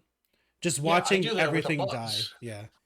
Yeah, the mowing down. I love that when you just see everything dying to all mowed down. Like honestly, I was so happy. Like Helldivers 2 is such a fun game, and then they buffed the recoilless rifle, which is the bazooka, the rocket launcher thing. Oh yeah, and that is like I use it so often because it's just so satisfying blowing stuff up with that thing, man. It's literally my favorite thing in the whole game. Just shooting stuff with a rocket launcher and seeing it explode and die is great. Yeah, I just had so much fun. And that's why for me last year that became my number 3 favorite game. Yeah. So going on to number 2 for me is honestly kind of in the same vein of that, slightly different though. And this game for me, I wasn't entirely sure if I'd enjoy it as much because it is a just a I enjoyed the first game, but it's such a huge gap between game 1 and game 2 that I was worried that it would kind of be lost in not translation, but like lost in the time period of what it is, because this game really is a game from the time period of the first one. And my number 2 is Space Marine 2. Because this game, Space Marine 2 was released in 2024, but let me tell you, Alchem, Space Marine 2, you could have released that game in 2012 and it'd be the same game. It's no different. This game is made exactly like Space Marine 1. And it's the best thing. Except it's way prettier, of course. And Space Marine 2 for me is like, okay, Space Marine 2 is my number 2, and I haven't even technically played the co-op mode yet. Like, I've only played the single player and the PvP mode, and it's like, it's still just so much fun. I think the funniest thing is the PvP mode just reminds me so much of the games around the first Space Marine, because it's just unapologetically just deathmatch. It's like you're going to run around and kill people, and you're going to do your best to kill people. And then you're going to level up guns so you can kill people.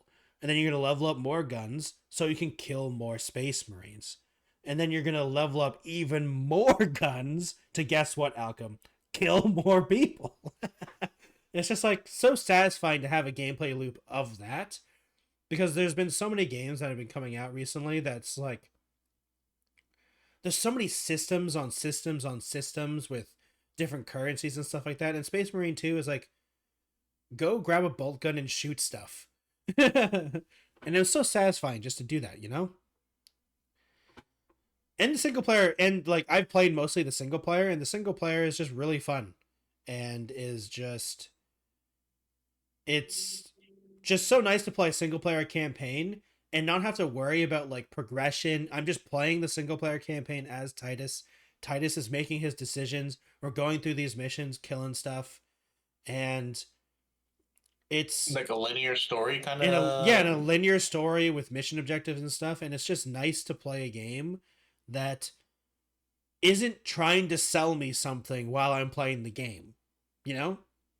Yeah, no, that's it's just refreshing nowadays. It's just so nice to play a game that isn't trying to sell me something constantly. Like, even the multiplayer isn't trying to sell me stuff. Like, sure, there's the DLC packs for like the armors and stuff, but like, it's never pushed it in my face. You know, it has it, but like, it's only for the people who want it. And it's just like, at no point does it ever try to push it in your face. I'm like, oh man, this is just a game. And also, all the devs are huge nerds, because no game dev makes this game, and the finite details of the Space Marines and the ships and the weapons, and you can't tell me that these people are 40k nerds. They're hardcore 40k nerds. They either are nerds themselves or nerdy enough to do enough research to make sure that no nerd would be able to say that they don't know their stuff, because the details on the guns gamers will call you out on that. Oh yeah, the details on all the stuff is just amazing. There are some things I've definitely seen some people talk about, but just let everyone know, the most powerful thing in Warhammer 40k is being a named blue Space Marine. That you are the most powerful thing in existence if you are a named blue Space Marine. I don't care about your power systems and your scales. When you are a named Space Marine and your armor is blue, you are the most powerful thing in the universe, because you cannot die. You are, in fact, the main character. You are, yeah, no. You have plot what's it called? Plot armor. Plot armor. And it's just nice to play the game, and honestly, I'm super excited to play the co-op eventually, because a couple of my friends also bought the game to play co-op and stuff. So it's like, we could play the single player as co-op too, and it's just nice to play a game, Alchem. I feel like this kind of almost also says like the game industry in general, but one of the reasons I enjoyed Space Marine 2 so much is that like, man, game is just trying to be a good video game, and it isn't trying to sell me something other than the fact that it's a good video game. And that was just so refreshing to me. Which is a little sad, I would say. Maybe it's because I've become jaded. But it was just so nice to play a video game that's just trying to be a good video game. Also, the company behind it are the same people who made World War Z. And they're just nice. They do live service, in my opinion, the cool way, where they... Like, Space Marine 2 is technically a live service game, but, like, they're releasing content every, like, couple months, and the content is, like, the content that you can buy is, like, cosmetic stuff and skins and stuff, and the free stuff is going to be the new missions and maps and stuff like that. And I think they talked about doing maybe a single-player... like expansion DLC at some point. So like they're doing a live service technically, but like it's a live service that's supposed to be years and years and years. But this game also didn't come out, and I didn't feel like they're waiting to release stuff. Like the game was like the only thing that you could argue wasn't finished is probably the PvP mode, but like everything else was finished. The generals, yeah. Yeah, like in PvP mode, it was just like they only had 3 maps and like 3 game modes, but like that stuff could be easily added on. But like, yeah, the thing is, everything else was at least done. Okay. Maybe I be a product of like older game generation is a game. Multiplayer is a tacked on thing. Multiplayer should not be the main thing of the game. It should not be the core of the game. Hi, COD, I'm looking at you. Like, it literally should have an open and shut storyline, or a story, at least, that shows off the gameplay. Yeah, single player campaign, main story, whatever you want to call it, but it should have an open and shut story with a main character, which showcases the gameplay and showcases the best aspects of the game. The parts that you will love and enjoy, and will possibly make this a game that you will love, and maybe in the future, if it becomes more than just a single kind of thing, that you will continue to play. Multiplayer should be something that is tacked on afterwards. I mean, I don't know, so you can continue to enjoy afterwards. I think tacked on is not a good describing word, but I don't think it should be the focus for this type of game. Yeah. Because like, but that's what I'm trying to say. Yeah, the fact that Space Marine 2, better term when I say tacked on, it shouldn't be the focus. My point still should be that a game should have a story mode from start to finish that doesn't need any additional DLC, additional stuff. If you are going to add more to the story after the main story is done, or after when you shipped out with the game when it first comes out, that is part 2. That is the second one of your game. You don't call it DLC. You just make it a part 2. I just feel like most people don't just send out unfinished games and then just tack on extra stuff. Yeah, but Space Marine 2 100% felt like a finished game. Mm-hmm. Like I said, the most like unfinished part of it was the PvP thing, and but it wasn't because of the gameplay. It was because there's only 3 maps and there's only 3 modes. But like all the classes are really strong, and all the classes feel very developed for the PvP mode. Same with the co-op mode, and the single player is super fun and very done. And we were talking about it earlier when we were talking about characters and stuff like that. Some of the voice acting in the single player campaign, whether it be a main character or a nameless grunt, is like some of the best ever, in my opinion. Yeah, oh my god, I still remember some of it. The one speech. I need to go back and finish the campaign myself. I can't remember which mission. It was like the first or second mission, but the speech that one of the majors of the guardsmen is doing on top of the tank is like the best speech in the game. If you haven't gone to that part, Alchem, when you see a guy doing a speech in front of a bunch of guardsmen and he's standing on a tank, literally, I'm not kidding. Stop and listen to the whole speech. It's amazing. It's only like it's only like a minute or 2. It's not super long, but like it's a very passionate, like that voice actor really went all out. I need to go back and do it, because I remember they were doing that, and we were just passing by because me and my friends were playing. That's the problem that you were playing. That's the thing we were playing. I went through the whole thing single player, so there was multiple times when I was playing single player. Yeah, there's multiple times when I was playing single player where I literally just stopped and just looked. Like some of the I need to go some of back. the some of the some of the like the battle scenes in the background are so Mhm. that honestly I would say they're like worryingly detailed. Like, guys, why did you like this is something you're supposed to walk by in 30 seconds and there's so much detail in it.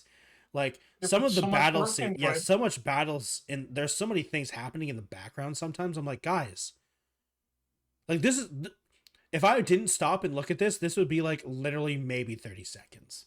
Like maybe.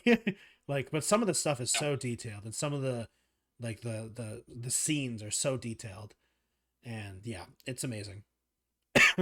And and I think one of the craziest things about this game for me is that this is not a first person game. This is a third person game and you still feel the power of being a space marine. Like when you're Mhm. walking around, thumping around, like you feel powerful. You know what I mean? Like Yeah. you thudding around in power armor in your space marine power armor. It's like wow, you are like so much stronger than everyone here. And like the fact that they can do that while being a third person game and not first person just shows how good the sound is in this game as well. And it's just Your amazing. footsteps feel heavy. Yeah, Just you literally just walking or just running. You but feel like yeah, you're a tank. You but feel like you are all the waves of enemies coming your way. You honestly feel when they're coming. You may see endless hordes of them. You actually feel like you could just slap them away, yeah, and get them out. Yeah, especially the smaller I ones. understand that. Especially the Yeah, small. Like, and I also one really of do those things. It understand that. also is like not only do you feel powerful, but like while being this big walking tank thing, you also still feel so fast as well. Like I think one of Yeah. my favorite 40K quotes is like someone seeing a space marine for the first time and saying something that big shouldn't be able to go that fast. And you really do feel like sometimes you can just go so fast, and you are like a 10 foot tall human in power armor, and you're going Mhm. faster than like a car. Like you are and like it feels good. Mhm. It's No, great. I get that, and I Yeah. love that about it. Yeah. And then It you really rip captured the then feeling you being a rip and space marine. yeah, then you rip an alien in half and it feels great. You know, we've talked about the whole thing and just like the actual combat of the game is amazing and it's great. Mhm. So Alchem, So your number 2. yeah, my number two is a game I still enjoy playing even to this day. Like anytime I don't play it religiously constantly, but anytime a friend is like, "Yo, this," I already have it downloaded. It's ready. It I it's I mean, I'll just say it. It's just EDF. I enjoy Earth Defense Force 6. It is literally just Japanese campy Helldiver. Helldivers is more like a serious take on this kind of a thing of like you are soldiers fighting I endless mean, hordes of I don't know aliens if and bugs. Helldivers is that serious, but I understand what you No, mean. no. But EDF is like a campy B movie Yeah, where yeah. you are fighting just alien of the day kind of stuff, like alien of the week thing. Like each episode is like, oh, here's a giant ant, here's a giant spider, here's a mega colossus version of that thing. Now fight it, and there's an endless army of them, and that has never changed between all the EDFs I've played so Yeah. far. But playing EDF 6, I really got into the story and I really liked where they went with it. In the end of the day, it's still the same thing of there's a monster here, go fight it. And you and your horde of it's either you on your own, good luck with that, or up to 4 of your buddies Yeah. just charge in with an arsenal of weapons, and they give you at first you feel like you got like practically nothing, but near the end you Yeah. are literally shooting god rays at enemies. You are blasting the mountainside in hellfire. I think You EDF feel as powerful. Yeah. I think Hmm? EDF was I think it was number 4 or 5 for me on my wish I played list. Because like unfortunately for me the game is just too expensive for me right now. And Mm. And I and hear people don't like it because of the Ubisoft requirement. Not Ubisoft. Epic launcher. Epic I sign-in mean requirement. for me that Also, stuff that doesn't matter, but like yeah, it was more that I only like had I to do that just once, and yeah. then I never had to do it again. Yeah. But people have their ways, people have their opinions. But Yeah. I enjoyed the hell out of that game because here I am with just a regular soldier with my gun, and then later I'm just firing rockets all over the entire map. Yep. I'm either a wing diver flying around in the air, just zapping lightning bolts everywhere, or air raider just calling my buddies in to just airdrop just massive nukes all over the place. Or my favorite class, defensor, where I am literally just a human tank just rocketing across the field, just slashing stuff with an anime style sword, and or just jabbing things with what is basically just a metal rod, just that I Yeah. sharpened at the end of it, I mean, and it's the best. yeah. You feel powerful as hell, but the monsters are overwhelming too. I Like must you say, every give them time an I inch. watch you play this game, you're getting wrecked. Yeah, it is. You're helplessly like outmatched sometimes, especially if you're playing multiplayer. If your team isn't like up to snuff or you don't have a game plan, you are going to eat dirt. It Yeah. is not even. It is not even. I'm not even sugarcoating it. Some of these monsters are brutal. Yeah. Like one of my favorite moments is still one where I'm playing with Jesus. I think with Jesus. He gets in a giant mecha while we're fighting these kaiju like monsters, Yeah. and I see him appearing by a building, like he's walking to the left of a building, and I'm like, oh, cool, we have backup. That's actually we may win this. Next thing I see is a ton of those kaiju dive bombing him, and he just gets pushed off screen immediately. I die laughing. He's dead already at that point because he just got bombarded by like 5 or 6 of these kaiju's, and that's the game. That is literally the game. You have it's just a smorgasbord of just epic awesomeness, Yeah. and just getting crushed by all this opposition. But it feels cool when you're fighting Yeah. endless hordes of monsters, and I don't know. It's that awesome sense of just being able to just blast away all these monsters, being the hero, and even if you're getting destroyed, eventually you build up enough of an arsenal or build up enough of your stats that you can take these things on, and Yeah. it just feels nice when you It's finally win. yeah. It's definitely on my to play at some point list because I definitely need to. I've never played an EDF game before, and I definitely need to at some point. It sounds like It's the just type one of of game those I would fun enjoy too. arcade shooter kind of things. Yeah, it sounds like a game Yeah, I would enjoy. yeah. But yeah, that was mine for number two, and Yeah. so I honestly still will go back to it Oh every yeah. single time I get the chance. I mean, all these games we really enjoy. Of course, we'll be going back to them at some Hmm. point. So, my outcome number one game Number one. is actually on your list Oh, because my number one game of 2024, and oh. I thought about this a lot, and I'm Dun, like, dun, dun.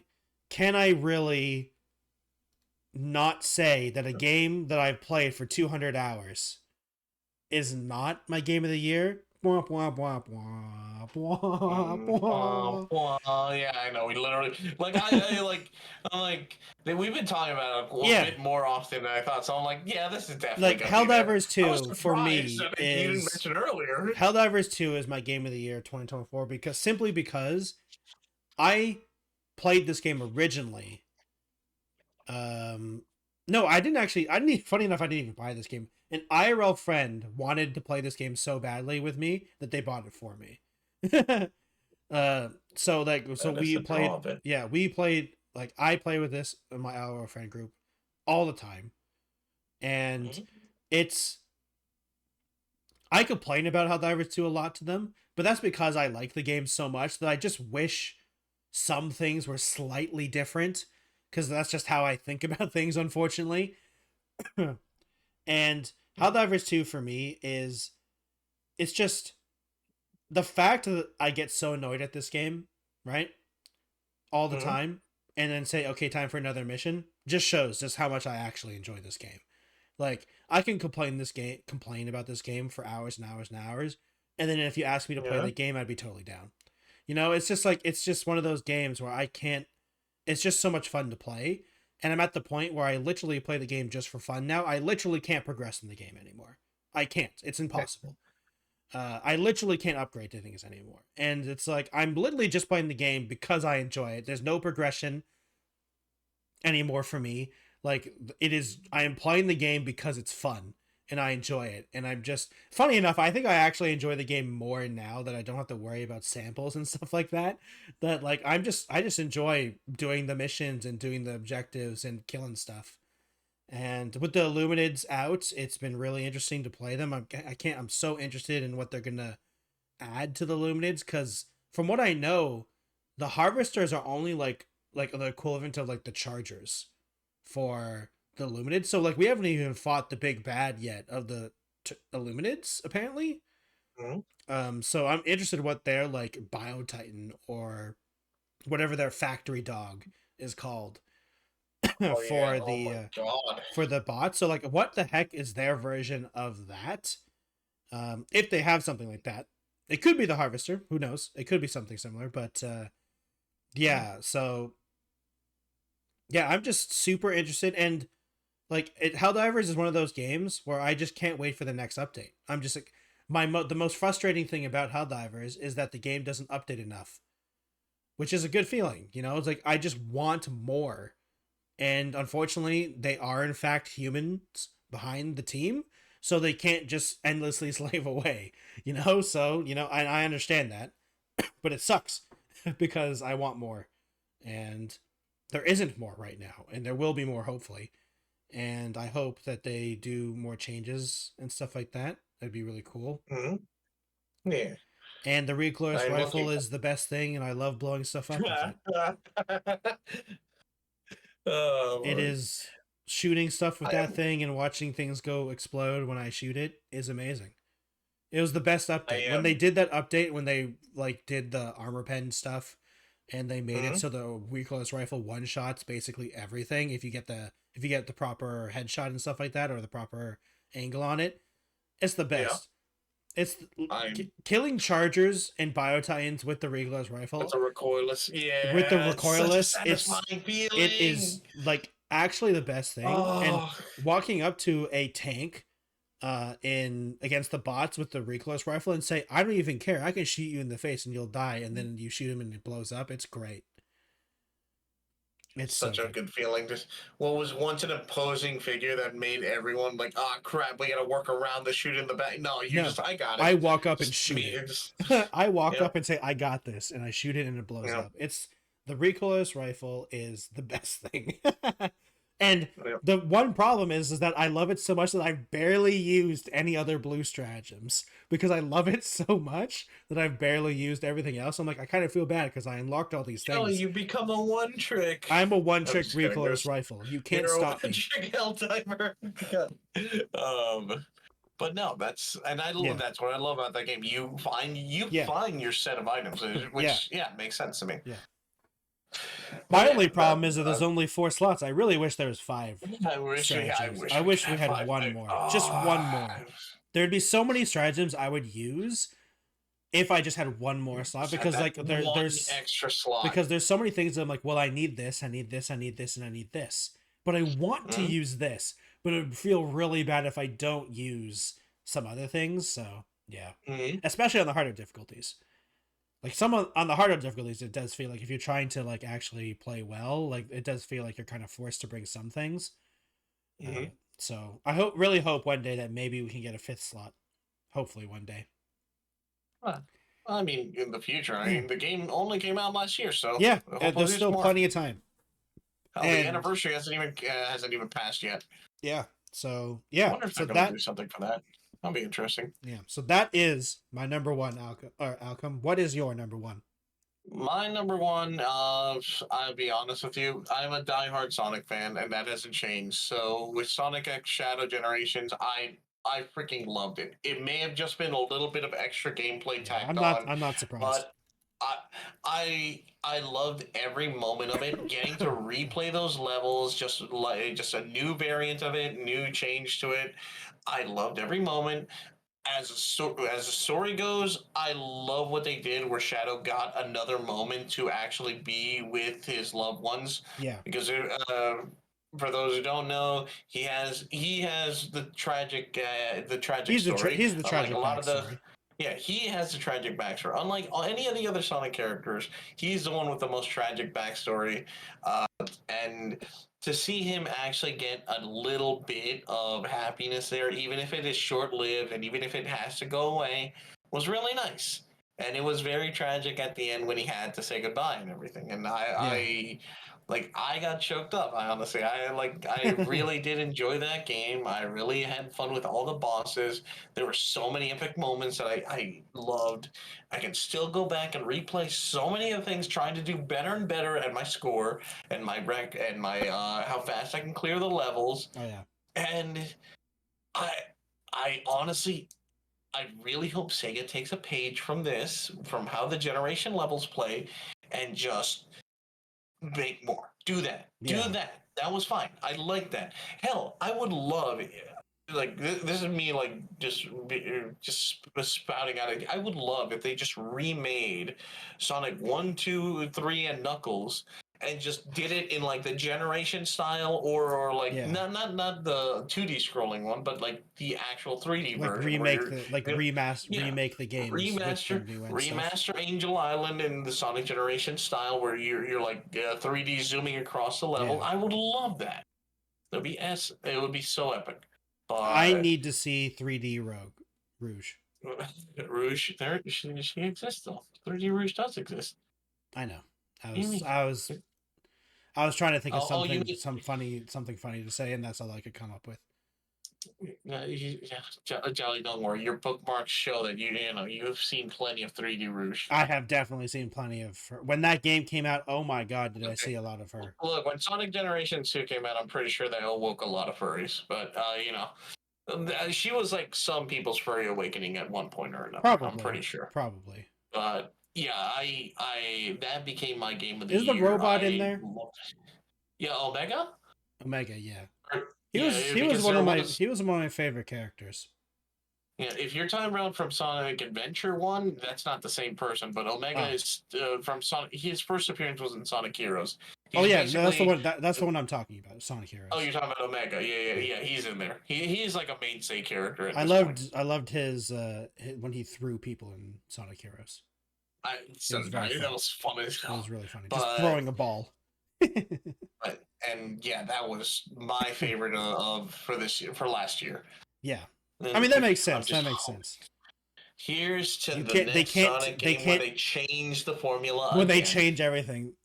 I'm sorry, Alchem. The next game is going to be a permanently 2D plane. If they do what Sonic Mania did, I'm okay with that. But I really doubt this is. I don't think so. I don't think so. I think they said they're going to take a break. If I remember correctly, I saw something they're taking a break from 2D Sonic because it didn't sell as well as the 3D ones. So good. They need to they honestly need to think outside the box a little bit. Yeah.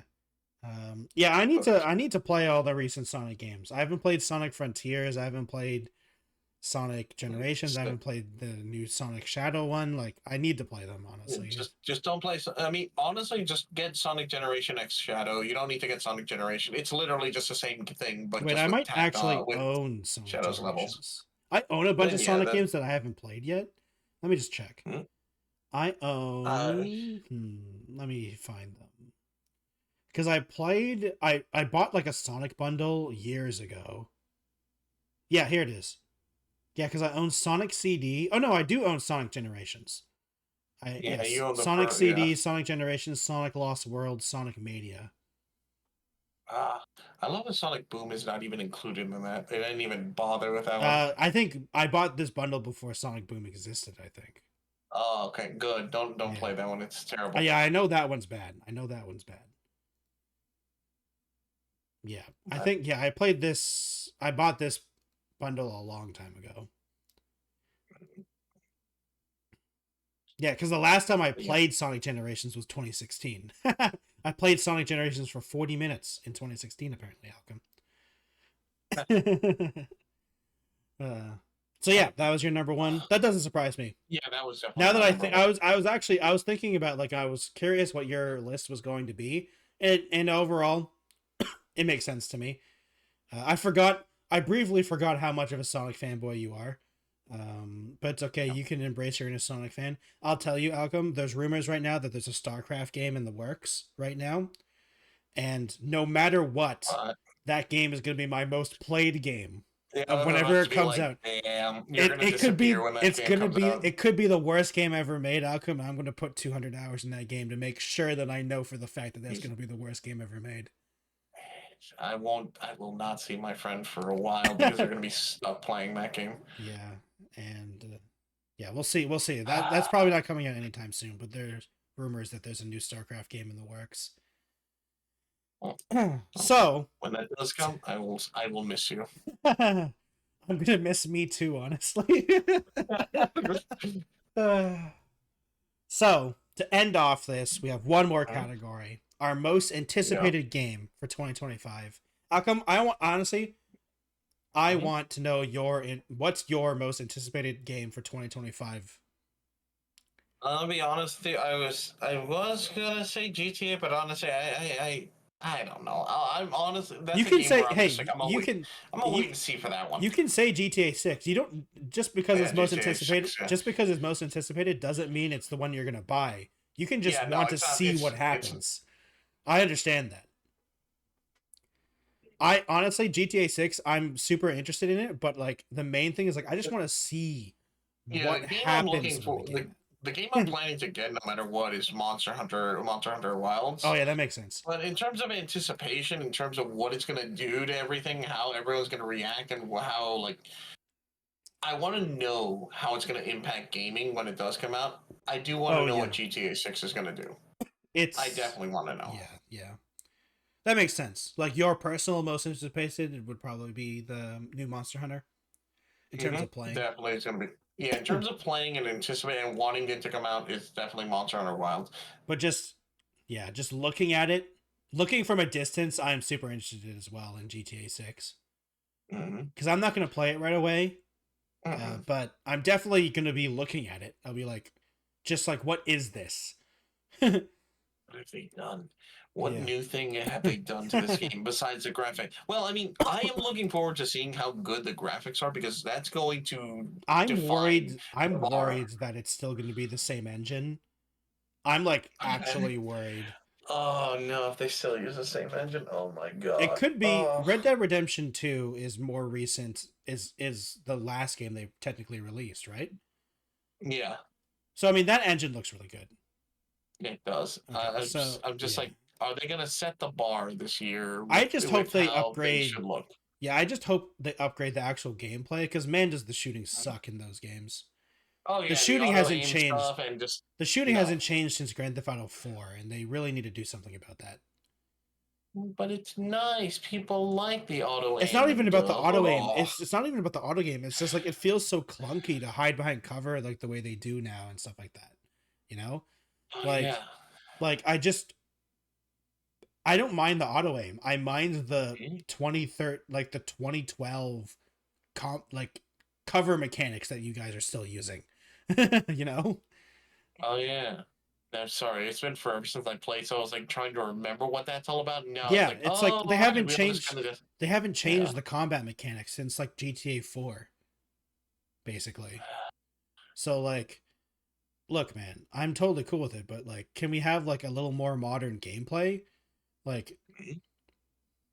I'd even be down just for a simple I think the funniest thing is seeing the GTA 5 RP stuff and seeing how much they have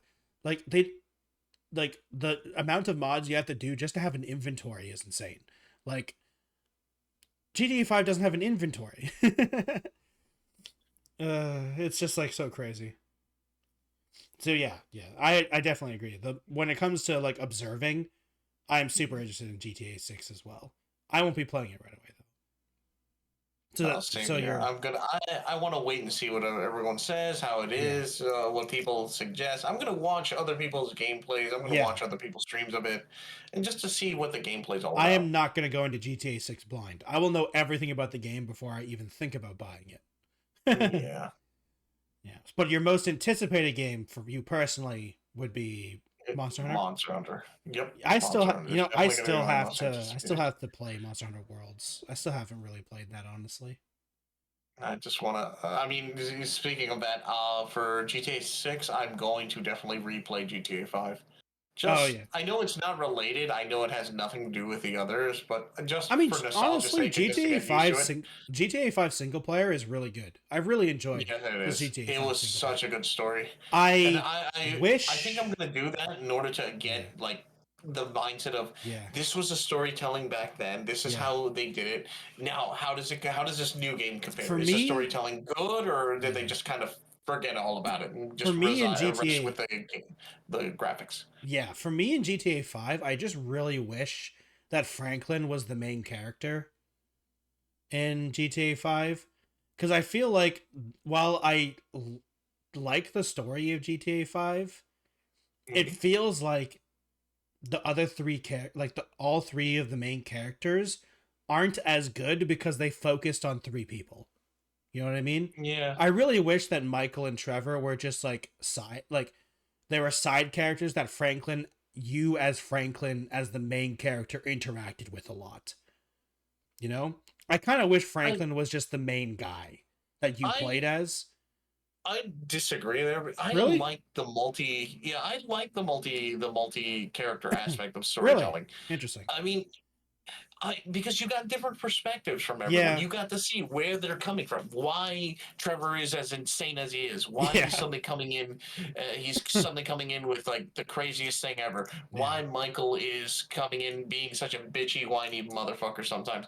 Why Franklin is fed up with all of them because he just had to deal with whatever the hell is going on with his Yeah. crew. And, and I like that aspect, that different storytelling aspect. But I'm curious. I think you can still Hmm? have those aspects, but still being only playable with Frank. I think the problem is that because you can play as the other characters, Mhm. I it's also just one of those things that I guess it's one of those things where I'm not as a big a fan as open world games where I'd forget things because I've spent so much time doing side stuff that I'd forget, Mhm. which I guess is like a personal problem I have with these types of games that I do so much side content that I forget what's happened in the main missions and people reference things. I'm like, I don't remember what this is. And Uh, it's just like one of oh, those it's kind of weird where I feel like I wouldn't have done that as much if there was only one main character that I could play. I I will say this. Okay, I will admit that yeah, sometimes because you're split between these three different characters, Yeah. you don't get like you don't get the attachment you did with Nico Bellic. You don't get the Yeah. attachment God, I'm forgetting his name, Tommy Rossetti. You Yeah. don't get the attachment with the nameless character from the original from Yeah. GTA 3 or GTA Grand Theft Auto, the Yeah. original or the first Cuz like one that people was like 3D. remember Nico Yeah. from Yeah, GTA you 4. remember Nico. You remember Tommy. You remember. I mean, granted, you were like a mute in the very first 3D one, but Yeah. people still remember him. And no one remembers the guy from no one remembers the guy from the what is it, the Lost and Damned DLC. Yeah. People still remember the character from the Ballad of Gay Tony, which I never Yeah. got to play. I never I played should either. have because I heard good things about that. I played the Lost and Damned and I was so pissed. I hated it. I was so glad that GTA 5 literally had his story end with him just getting his brain curb stomped, which was hilarious that they actually did that. I never thought they would do something like that. Like But Franklin and Michael and Trevor are decent mhm. characters, but I think they could have done so much more with them if Franklin was the main character and Mhm. Trevor and Michael were still like very big parts of it. I'm not saying you change the story, but I'm saying that you don't need to play missions as them. Yeah. Like, like if they Why not? could detail like they could define the characters more and so you don't have to be because like I'm sure they Oh, changed certain aspects of each of the characters so you could play as them. also, I was just like, oh my god, how did I forget CJ? How the Oh fuck did I yeah. forget CJ from GTA 3? I was like, Yeah. what the fuck? I remember his entire journey. I remember Yeah. everything with that, and yet I forgot to mention him. But yeah, Yeah. I think So it's I feel because like you you have didn't go you through an play as entire both. journey with him. Yeah. Yeah, You play if you it you, played with him more, yeah, you probably would have loved the character more. You would have been more attached. So yeah, I get that aspect. like I still always I remember think it though. was a good I think what they wanted to do, they succeeded. I just don't know if I agree if that's what I would have liked more. And obviously, I'm only one player, and GTA 5 is one of the most successful games. So it's not like I'm saying they made a bad decision.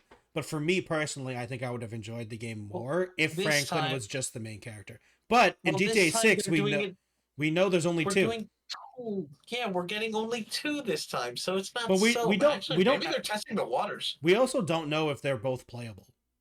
Yeah, that's I was about to say. Honestly, it wouldn't even surprise me. The story. It wouldn't surprise me if in the very beginning of the game you choose one to play through the whole camp. Like you just choose one. And they're like, it's very obvious that they're a couple and stuff. Like, it's a Bonnie and Clyde type story, right? So like they're always gonna be there. So like, true, there's two characters, but like there's missions where one of the three main characters aren't involved at all. You know, like, no, they're not. They're doing their own thing. So like, I feel like this story is going to be much more involved with both of the characters. Like, they'll always be there, and if they're not there, that's a big deal. You know what I mean? Yeah, something has happened. I mean, we'll see. We'll definitely see. Yeah, we'll see. Like we said, while it may not be a personal and most anticipated to play, I'm just curious what the game is going to be. Damn it. Now we're talking about GTA, and I just remember one of my favorite little stories, or story scenes, or whatever. One of the chapters was always the one where Michael gets... I'm trying to remember what it was. I think it was trying to bond with his son. Oh, he does the weed. And he has that, yeah, he does the weed, and then he just has that entire music video-esque thing. Yeah, that's free falling. Yeah, I love that scene. That was awesome. That's great. That's a great scene. But so funny enough, even though we've talked about it, GTA 6 is not actually my most anticipated game, and not Monster Hunter at all. Because honestly, I think I would really enjoy. The problem with I've talked to you about this off camera and stuff like that, but I have personal reasons why I haven't played a lot of Monster Hunter, and I need to get into a different mindset when I play Monster Hunter at some point. I will at some point. I will play Monster Hunter Worlds at some point. I created a new character and everything, but I just never got to it. You better. At some point, I will drag you in. Honestly, Monster Hunter World comes out, I'm gonna just basically drag whoever the hell else wants to join me in there. Wild? Wild. Sorry, I say World. But yeah, when Monster Hunter Wild comes out, I am definitely just going to pull in friends who have it. Hell, I'm on stream and people are like, "I have Monster Hunter Wild." I'll just be like, "Get the fuck in here! What are you doing?" At some point, I will definitely have to buy it and play it. I don't know if I'll do it right away though. But for me personally, my most anticipated game for 2025 is FBC Firebreak. And do you know this game, Alchem? Not at all. This is you just hit me from left field here. So FBC Firebreak is being made by Remedy. It is a 3-player first-person co-op game in the Control universe, in the Bureau. Do you know what any of those words mean? The Control universe sounds familiar, but no, I don't feel like it's the same developers. It's the same developers that made Alan Wake. Oh, so yeah, it's a third-person, it's a first-person 3-player co-op game set in the Control universe. And for people who know the Control universe, know that's crazy, because the Control universe is messed up. It's super weird. It's like, think about all the weird, it's the Control universe, I think, is the best described as, think about the Twilight Zone, the old school show, The Twilight Zone. Yeah. It's that, but video game. I am looking at it now, and oh my god, how did this not get on my radar? FBC Firebreak, it looks crazy, right? You're probably looking at the reveal trailer, right? Or I'm looking at the trailer right now. Yeah, the trailer. Holy crap, I am definitely getting this. It's a 3-player co-op game set to be released in 2025, and I'm super excited. It's coming out on Steam as well, because Remedy had a deal with Alan Wake 2 for the Epic Games launcher, and this game is not part of that, so it's coming out on Steam day one, which is great. Yep, I am watching it right now. Oh my goodness, it's crazy. Okay, cool. Yeah, I definitely need to get that. Yeah, this is coming out in 2025. I'm super excited. They've already talked about how characters have abilities and ultimates and stuff. And and apparently one of the main mechanics is taking a shower. In Dark Tide, and like Left 4 Yeah. Dead, the safe rooms and stuff like that. Yeah. For this game, it's a shower, and you take a shower to cleanse yourself because of all the messed up stuff that's going to be happening around you, and you also clean yourself because there's going to be apparently gunk on you, which I mean, from what I'm seeing, that makes sense. Yeah. So yeah, I am super excited about this game, and I can't wait. And for me personally, if you couldn't tell, because my number 1 game is Helldivers and my number 2 game is Space Marine 2. I really enjoy co-op games, like PvE co-op games. So, yeah, I'm super excited for this game. I can see why. Honestly, now I got a good look at it. Damn. Yeah. And the Control universe also is one of those things where it's like infinite possibilities. Because, like I said, it's like a episode of the Twilight Zone cranked to 11. Mm-hmm. So it like weird stuff can happen, and the setting I'm pretty sure is called the Bureau, and it's this building where it's like a mix of Cthulhu and the Twilight Zone. So yeah, like otherworldly horrors. And like weird messed up stuff with mundane things as well too. So like, yeah, it's one of those games where like because of the setting and everything, it's just so much potential, Yeah, I see. Yeah, I'm down. I'm whatever they're dealing, I'm down.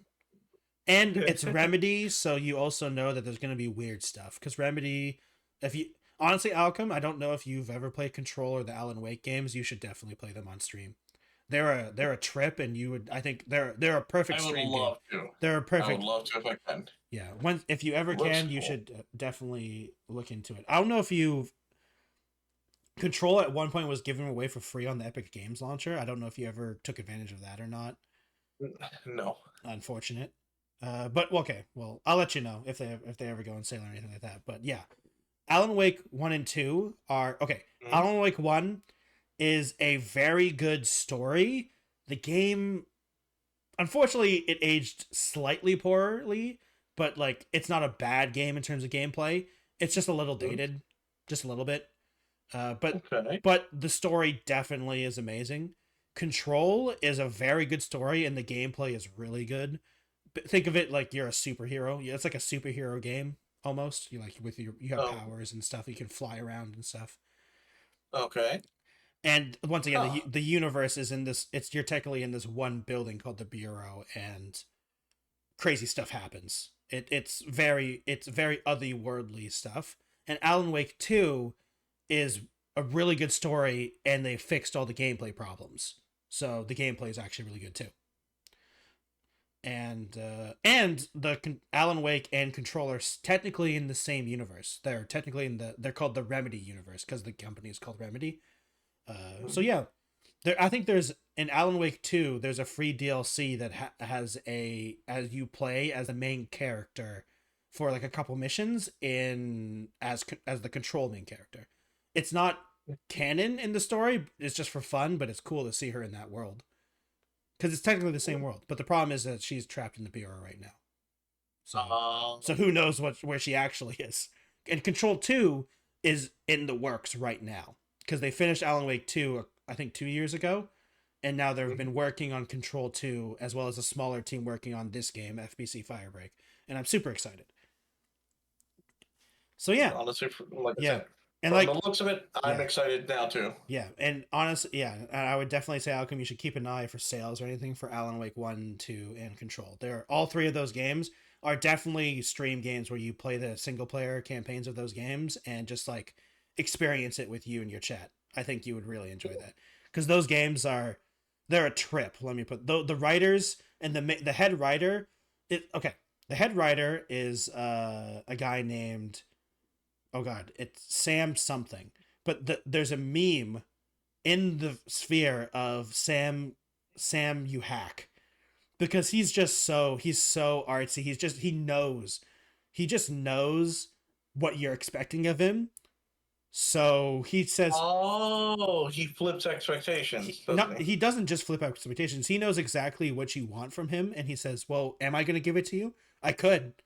But am I? I like that. Yeah, and like they're the type of developers that they are unapologetically making single player games in the current year, Like these games are single player only and they are story based. And honestly, Alchem, and this is like not a bad thing, but these are games you can probably really only play once. You know, like I'm what, okay. like once you play the I'm okay with story, that yeah, once because you play the story, that's the game. You know, like unless you want to really honest, play the game again for the story, like that's the game. You know, and it's honestly, for like, me, that works fine because yeah, usually a really good story sticks with you. yeah, A really and good game story will yeah, just stick with you and forever. Alan Wake, and especially Alan Wake and Alan Wake 2. Control, there is a little more gameplay to it. Like the story is so good, but there is more gameplay because like Control is like also part RPG, so like there's like Mhm. character building and stuff like that. But Alan Wake is like or Alan Wake is a third person horror shooter. Like it's like Resident Evil style horror, Mhm. but with a writer that's crazy. So I'm familiar with the Alan Wake series. I just yeah, never got to play it oh myself. yeah, yeah. I would So like to yeah, play it so one day. and Control is just a fun game, honestly. One day. Okay. So yeah, Well, thanks for letting me know. yeah. So FBC Firebreak is coming out this year, and it's my most anticipated game. I can't wait for it. Honestly, I'm super interested, and I've been scouring the internet for any details. I did a video on it a couple days ago because of the shower thing, because it was just a random interview. I was like, that's hilarious. Of course, apparently the shower thing was one of the first mechanics that they made, and that stuck. Like your character's taking a shower for health Just regeneration. wash the sanity away, or wash the insanity away. Yeah, Or, it's great. well, you know what I mean, the gunk. So that is Two Buds One Podcast award show, our top games of 2024 and our favorite games of 2024. Mhm. That's good. I think that was a good time, a good thing. Yeah. Well, I don't know if we'll Good. definitely talk about categories and stuff like that for next year's stuff. These are definitely good categories to a good solid base of categories. Maybe we do like Mhm. a one or two more. Who knows? We'll talk about it. We got a whole year to think Yeah. about it. We have an entire year of Yeah. games that'll come out to surprise Uh, us and the disappoint us. only thing that I will have that will never change is the fact that the biggest fail or anything towards failure or disappointment is definitely going to be sponsored by Concord, no matter what. Um, forever and ever. So you know that or I need to see if I can somehow try to make a NFT thing just so I can continually make Alchem sad somehow with NFT stuff, even during the awards show, which will be hilarious. Uh, I'm just glaring at you right now I know, I know. as much as I can. So while you're glaring at me, Alchem, why don't you do shoutouts? Okay. Well, everyone, thank you all so much for being part of the podcast. My name is Alchem. I'm the little Tanuki VTuber currently in lamb form. You can catch me if you would ever like to watch my streams on Twitch. You're technically here now if you're watching it live. Ouch. Sorry, smashed my hand on my hand desk. You're technically watching my stream live, but for those of you who are regulars, you already know what I'm about. But for new people, I love to play just about anything under the sun. There are certain categories I just don't touch, but I play so many games, and I am literally just a little Tanuki trying to do his best, having my fun and trying to get better and better at this whole streaming thing, which I hope you guys enjoy as you're coming along for the ride. And if you are, you can always catch me on Twitch, on YouTube, on on Twitter, on TikTok. At least until God, I hope it's still around after the 19th. But yeah, you can catch me on there. And if you want to support me, there are various ways down below. There's donations, bits on YouTube, uh, on Twitch, on YouTube. Just follow until I can actually, earn income there, I guess. And yeah, various other ways, PayPal, coffee, so many things. But I just hope you guys enjoy these streams. And yeah, and on Sundays, I normally do our podcast here with my co-host, the Techno Jelly. Yes. So hello everyone. Um, this you're potentially on my YouTube channel, so please subscribe to the YouTube channel. I really appreciate it. We're trying to get to 1,000 subscribers on my YouTube channel. Once we do, I'll be doing a Q&A video, so if anyone's interested in seeing that, please subscribe to my YouTube channel. And yeah, if you'd like to support the podcast directly, you could go over to my Patreon account where you will see behind the scenes and before and after scenes of the podcast. today it was just me talking about the award show and the awards we're doing, and yeah, just going for the next year. If anyone's interested, our actual 1 year anniversary of the podcast Alchem is coming up. It's in February, if I remember correctly. So I don't know. I mean, honestly, we're probably just going to be doing a regular show because, that's kind of how we do things. And we'll be like, hey, it's our anniversary. We've done it for a year. And then we'll just... Let's go. I give up mine. Yeah. We did talk about we need to do it for a year at least. And then we have to have beef. So who knows? Maybe the eternal beef arc is coming soon. How dare you not play Monster Hunter? How could you? I have beef. Yeah. I have beef. It's time to fight. Yeah. So if you like to follow me on other places, I have a YouTube account. Please subscribe. TikTok, Twitch, Twitter, Instagram, Blue Sky, and Threads if you'd like to check me on any of those. And also, just before we end off, I want to thank everyone for watching and looking at the YouTube Shorts content / TikToks that I've been uploading with the podcast. They've done very well, honestly. Surprisingly, on Instagram as well. They've done very well. They've hit over 1,000 views on Instagram, which is very nice. So, yeah, thank you everyone for watching this episode of Two Buds One Podcast, the award show, episode 39. Thank you everyone for watching, and we'll see you next time. Goodbye, everyone. Bye, guys.